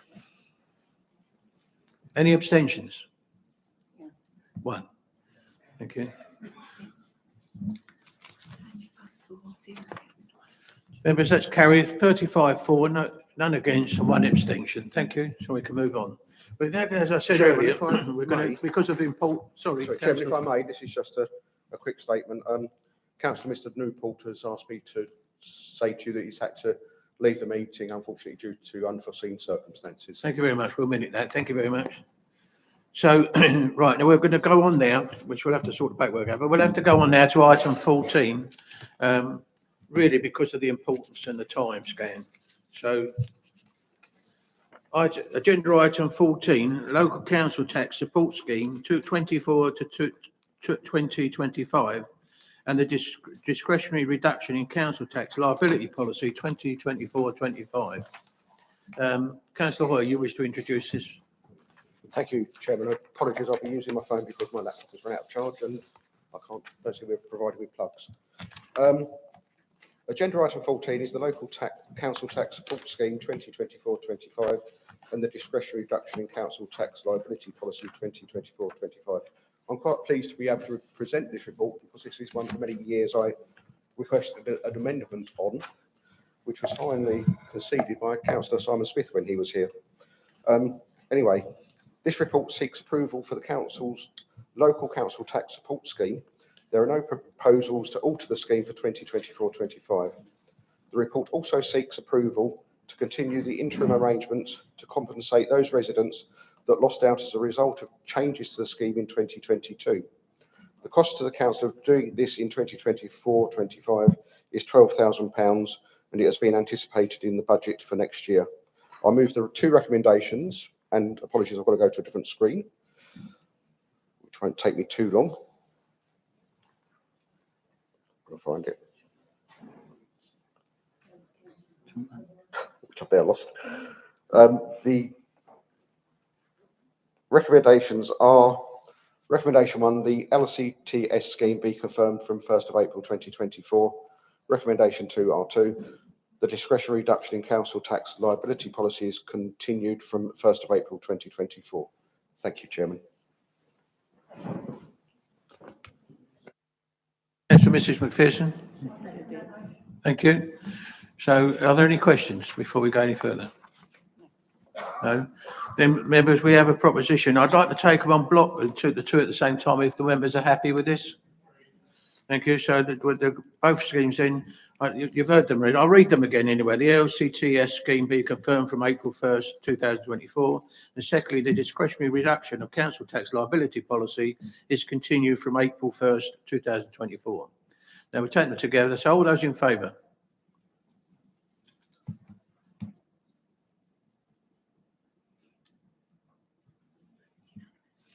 Thank you. Any against?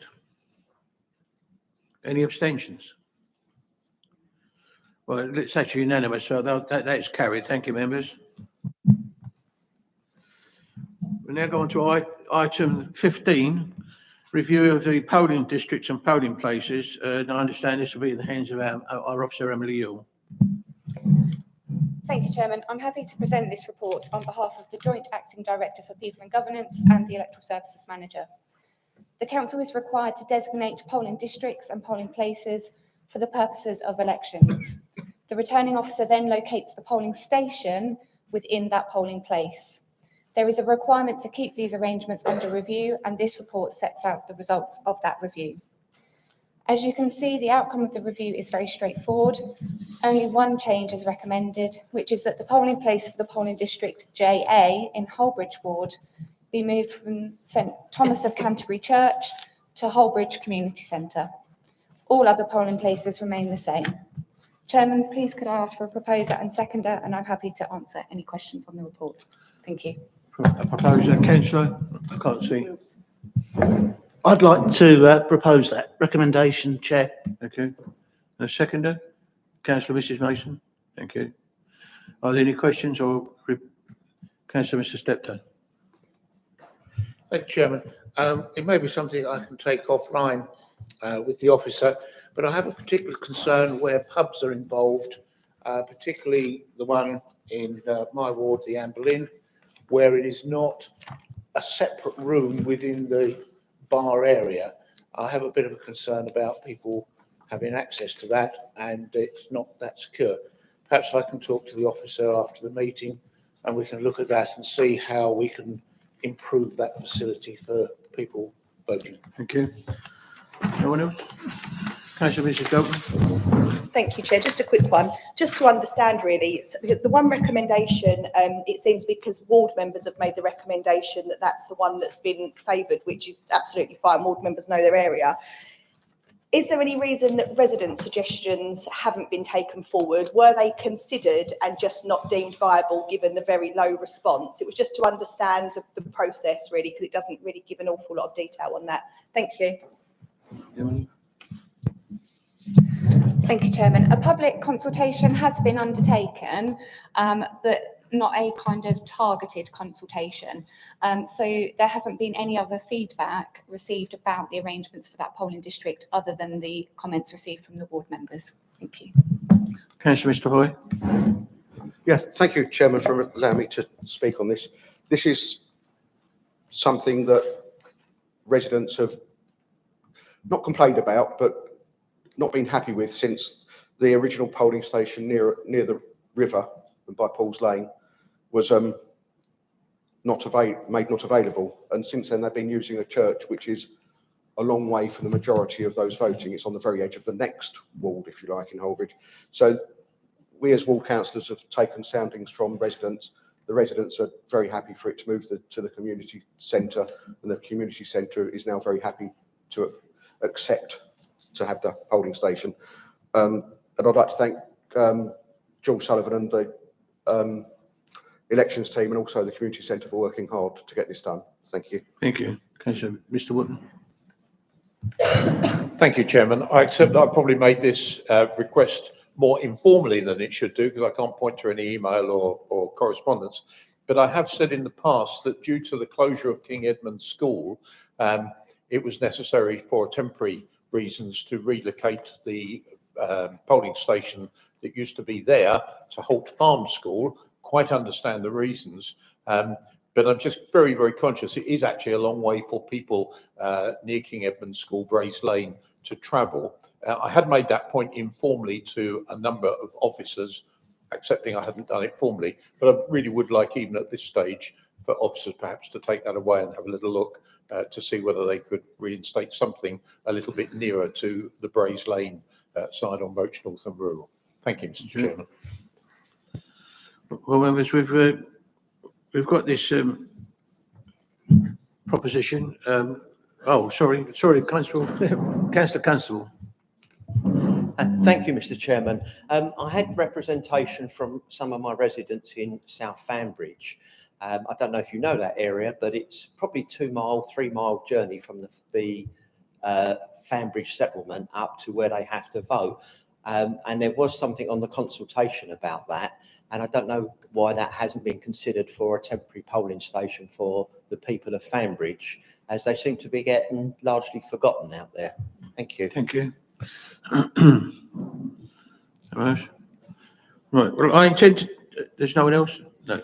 I intend to take these on block if people are happy. There's 2 items here. Are you happy that I take this on block?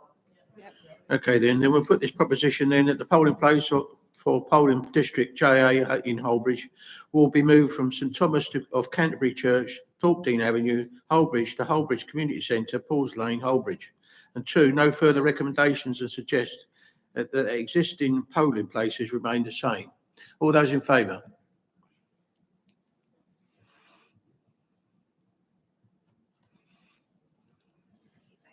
Thank you. All right. I keep forgetting me. Sorry about that. Thank you, members. Against? Any abstentions? Well, that's unanimous. So that proposition has been carried. Thank you. We're now going to revert back to where we was on to current business of item 11.2, I think it was. Yeah. I'll find myself again.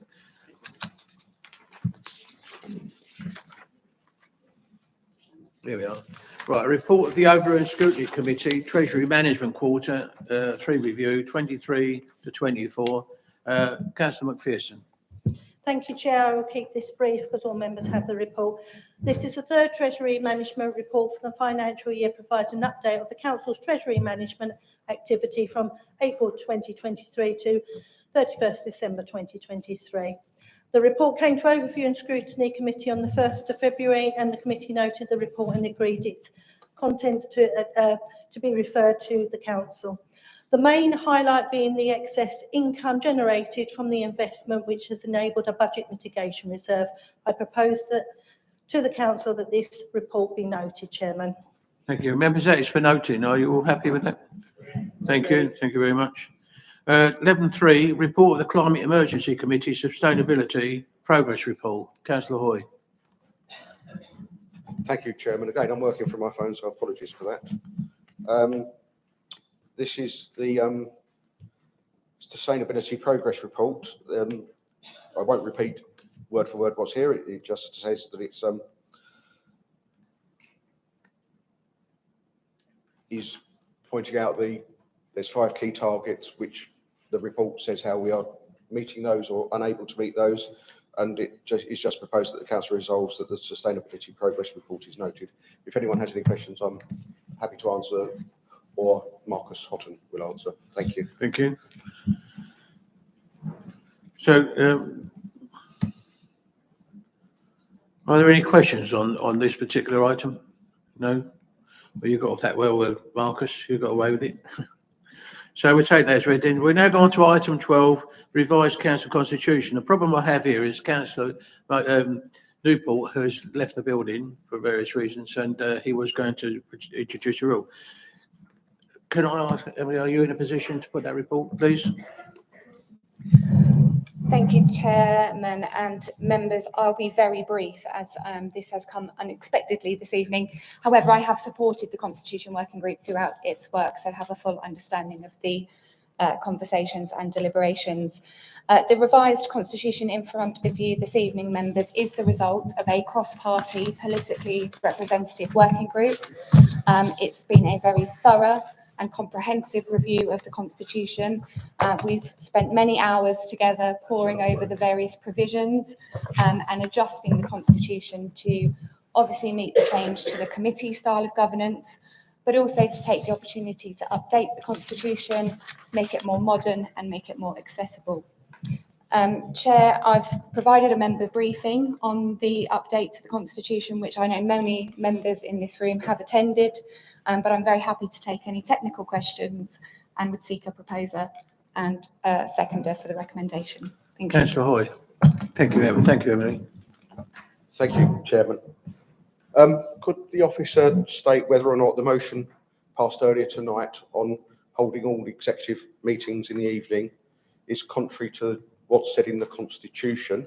If it is, will the fact that the constitution is being passed after that motion mean that the constitution will override that motion? Thank you. Thank you, Chair. In the revised constitution within the council procedure rules, there is a provision that meetings of the council, all meetings, whether they're the council or committees, will usually be held at 7:30 p.m. So that doesn't conflict with the motion that was passed earlier. All of that it means is that if any meetings are convened outside of that usual time slot, they now need to be in the evening. Any other questions? Sorry, Chairman, I didn't hear the last few words of that. Sorry, Chair. It's just that if any meetings are convened outside of that usual 7:30 p.m. time slot, they would need to be in the evening to comply with the motion carried by the council earlier today.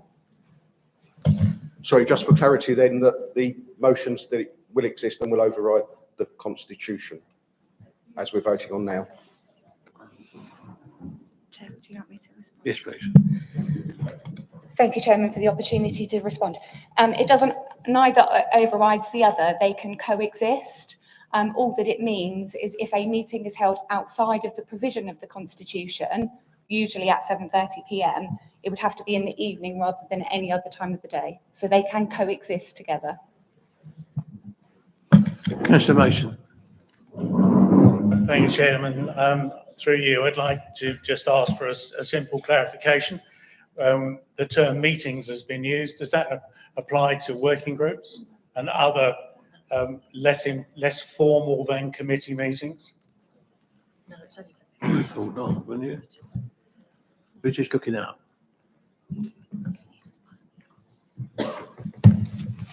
Chairman, I'm just going to double check the drafting of that provision.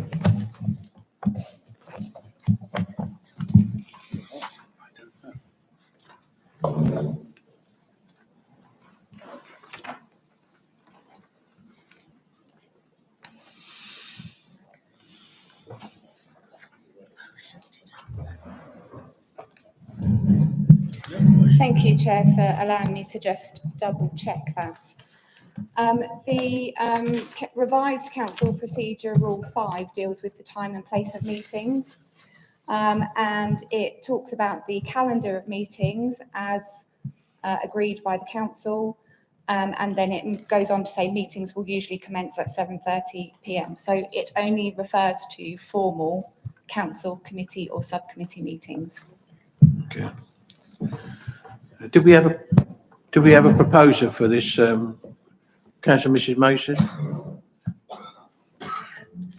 Thank you, Mr. Chairman. I am more than happy to propose this report. As you know, the Constitution Working Group has worked hard. It's worked cross-party. It's worked collaboratively. It's worked constructively. And at all times, the members, because it was cross-party, were to go back to their groups to make sure there was consensus going along. So I'm sure that I would like to propose that this report is carried. Thank you. Thank you. Do I have a seconder? Councillor Mr. Mason. Then, members, we have a proposition to adopt as this proceeding. Sorry. Oh, Councillor Steptoe. Thank you, Chairman. I'd like to propose an amendment, a small amendment. I do so on behalf of Councillor Lefty, who was going to be here this evening, and I was going to second his amendment.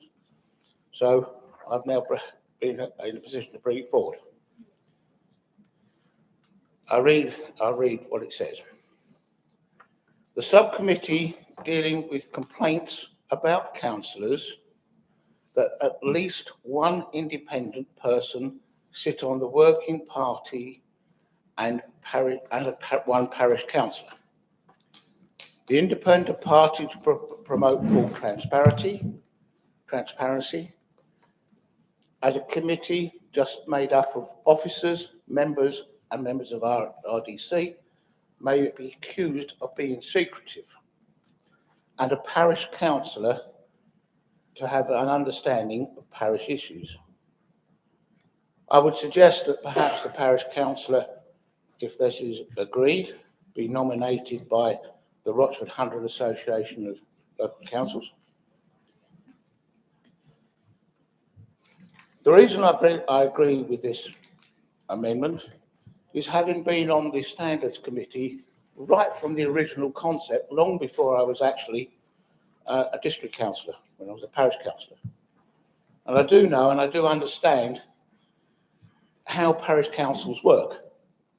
And I do feel that unless there's representation on complaints about parish councillors, because the committee will be dealing with that, that it may be slightly biased in the wrong direction. Hence the reason for my amendment. Thank you, Chairman.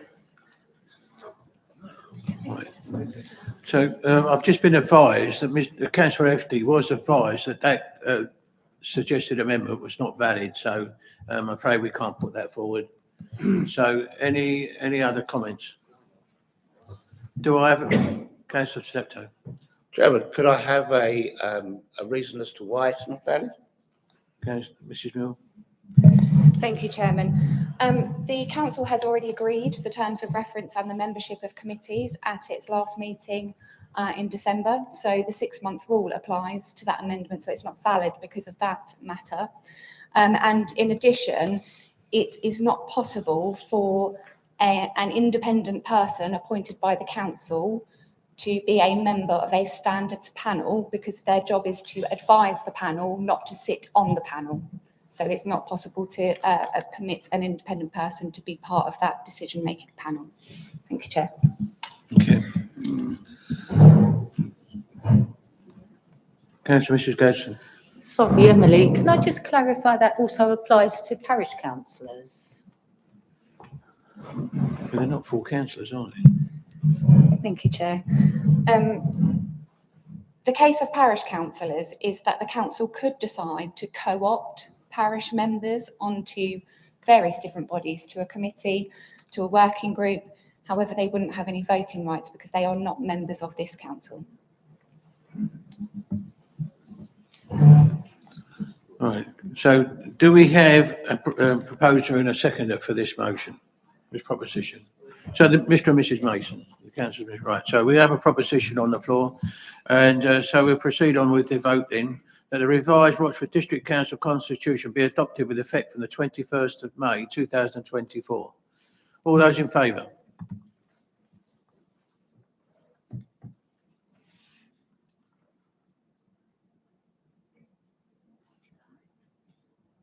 Thank you, members. All those against? Any abstentions? One abstention. Then that is carried, members. So we're moving on from there then. Thank you. Right. Now we come to the... Oh, can I just remind members, we've got 20 minutes, so I just want to bring that to your notice. So we come to item 13, Independent Remedial Panel, and I'll invite Emily York to introduce this report.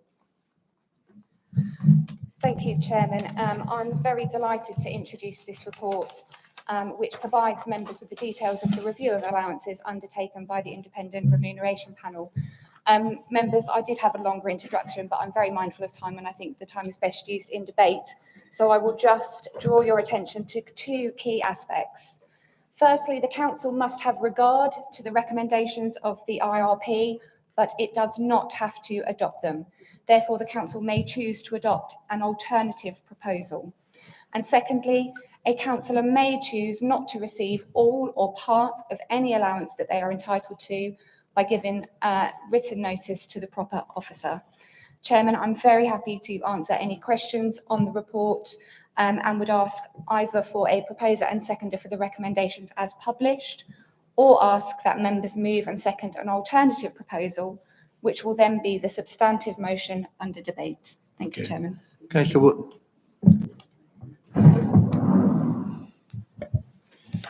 Thank you, Chairman.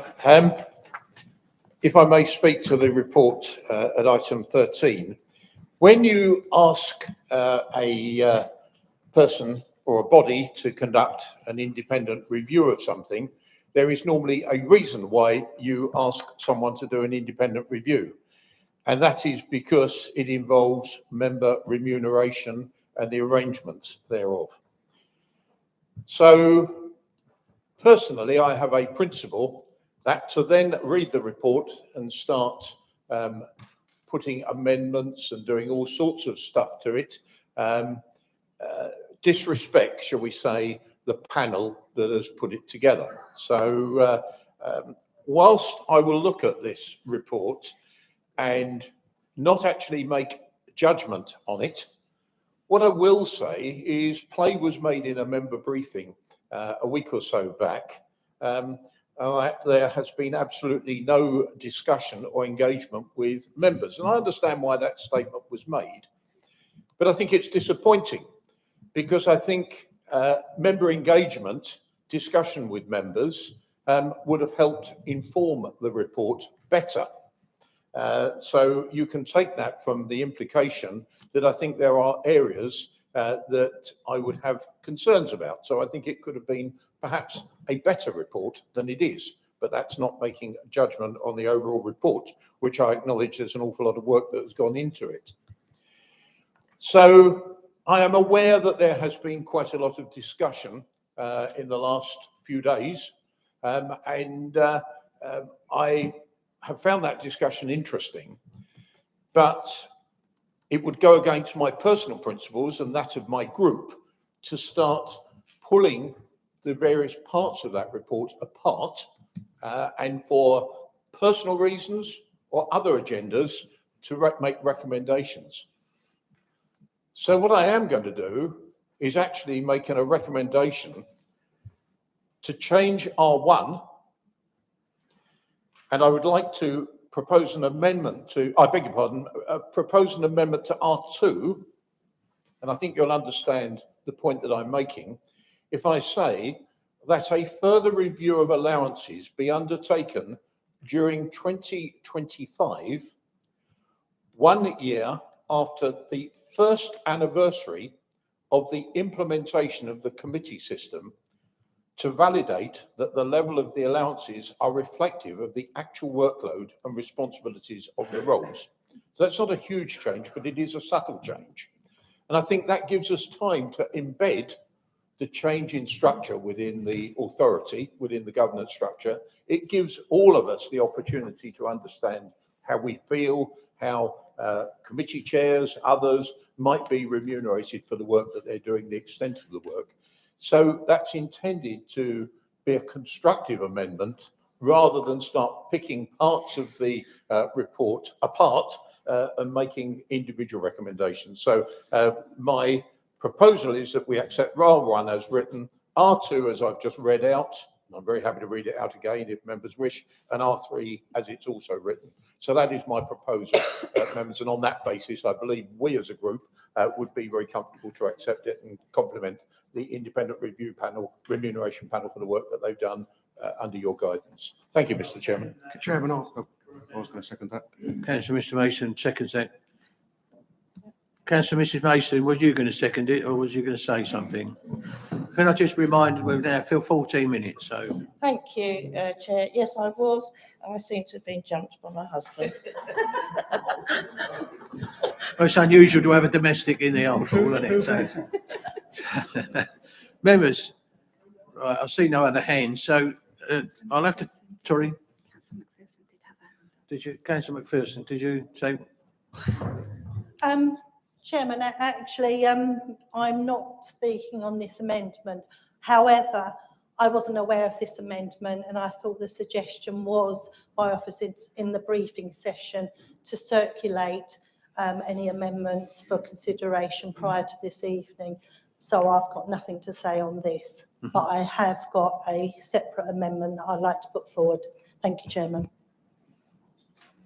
So you can take that amendment now, because This one.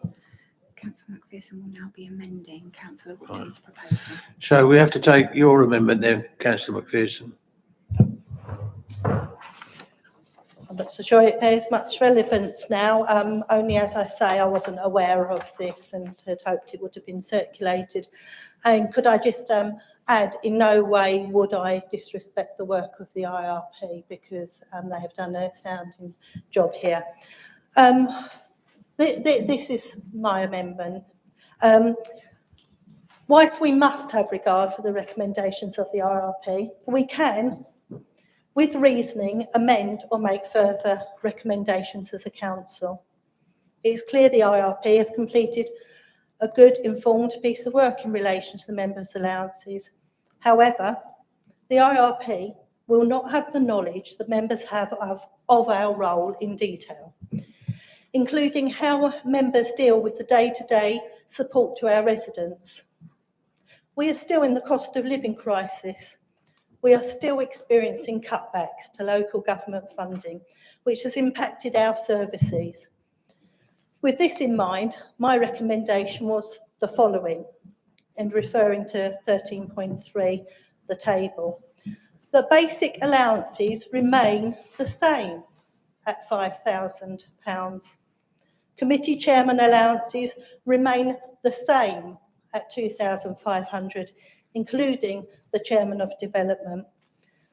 Vice chairman allowances remain the same at 500, including vice chair of development.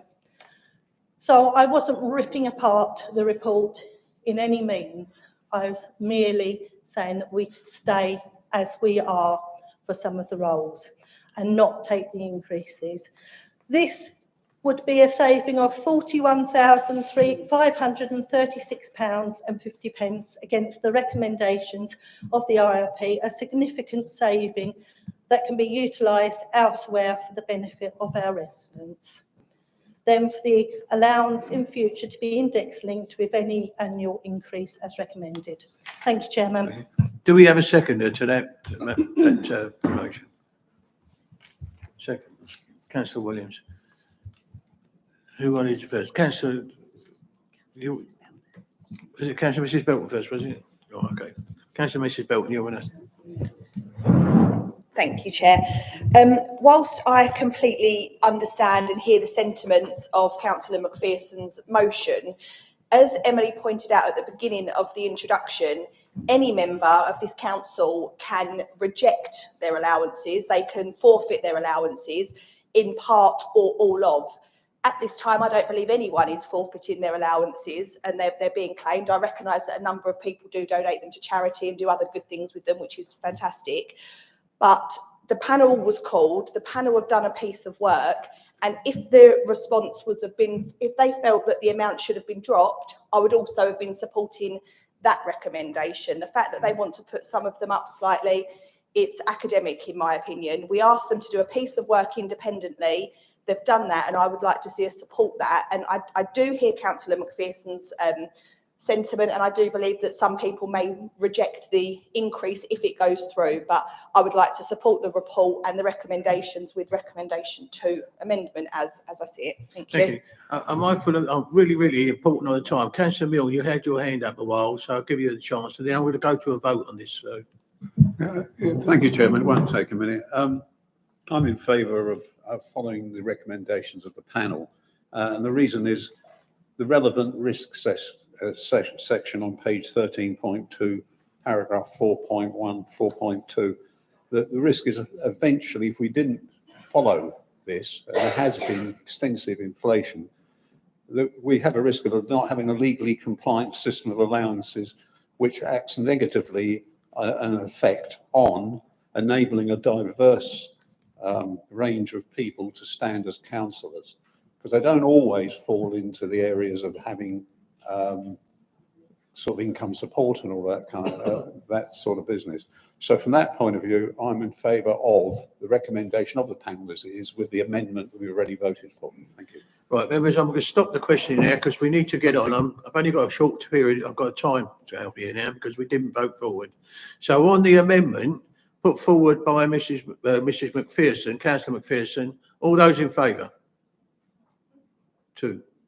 All those against?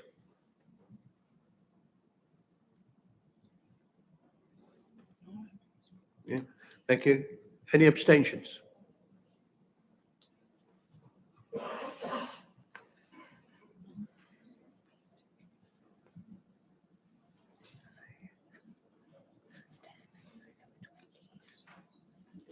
So it's lost. Members, that has been lost. So we come back to the other amendment as put by Councillor Wootton, seconded by Mrs. Belton. seconded by Mrs Mason, I apologise, was to, if I could recall the wording, as to, as item 2 was that, so I'm going to go to item 1 because it was in 3 sections. So I'll have to split this up, unfortunately. So if I could go to all those in favour of item 1, the scheme of members' allowances recommended by the independent remuneration panel as Appendix B be agreed. All those in favour?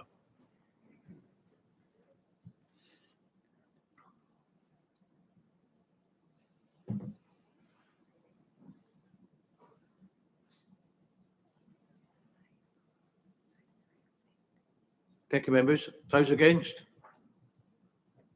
1. Oh, sorry. Okay. None. Any abstentions? 3.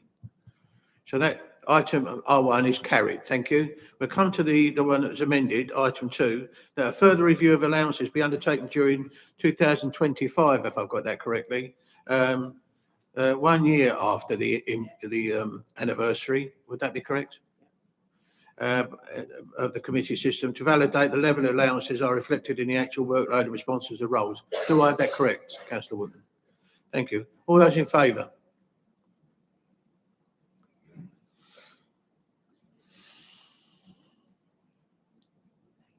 Thank you. All those against? Any abstentions? 4. Then that, okay, thank you. That is carried. Item 3 then, the last one. The council adopts a parental leave policy for members, the content of which is determined by the council. All those in favour?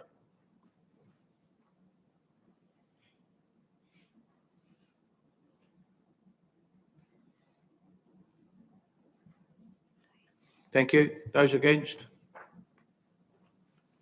None. Any abstentions? 2. And that motion is carried as well. Thank you. We've done 14, 15. So really,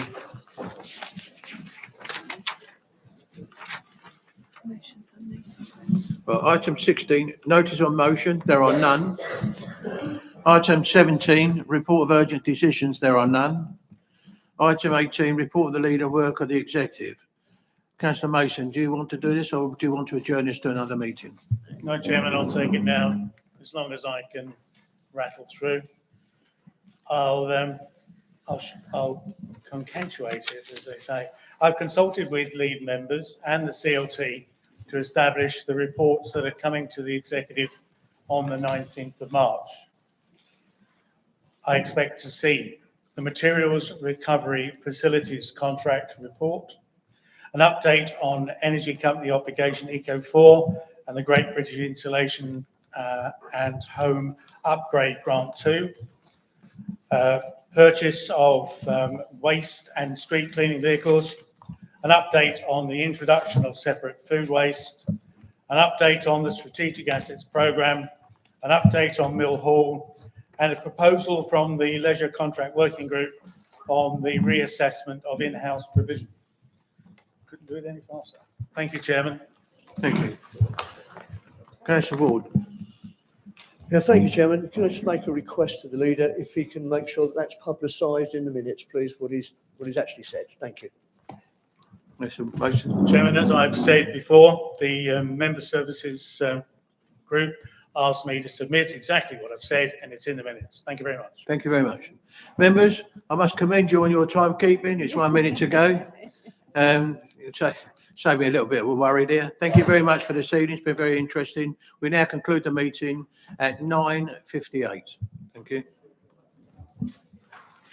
Members, please be upstanding while our chairman, Councillor Lawman, and our chief executive, Jonathan Stevenson, retire from our meeting. Thank you very much.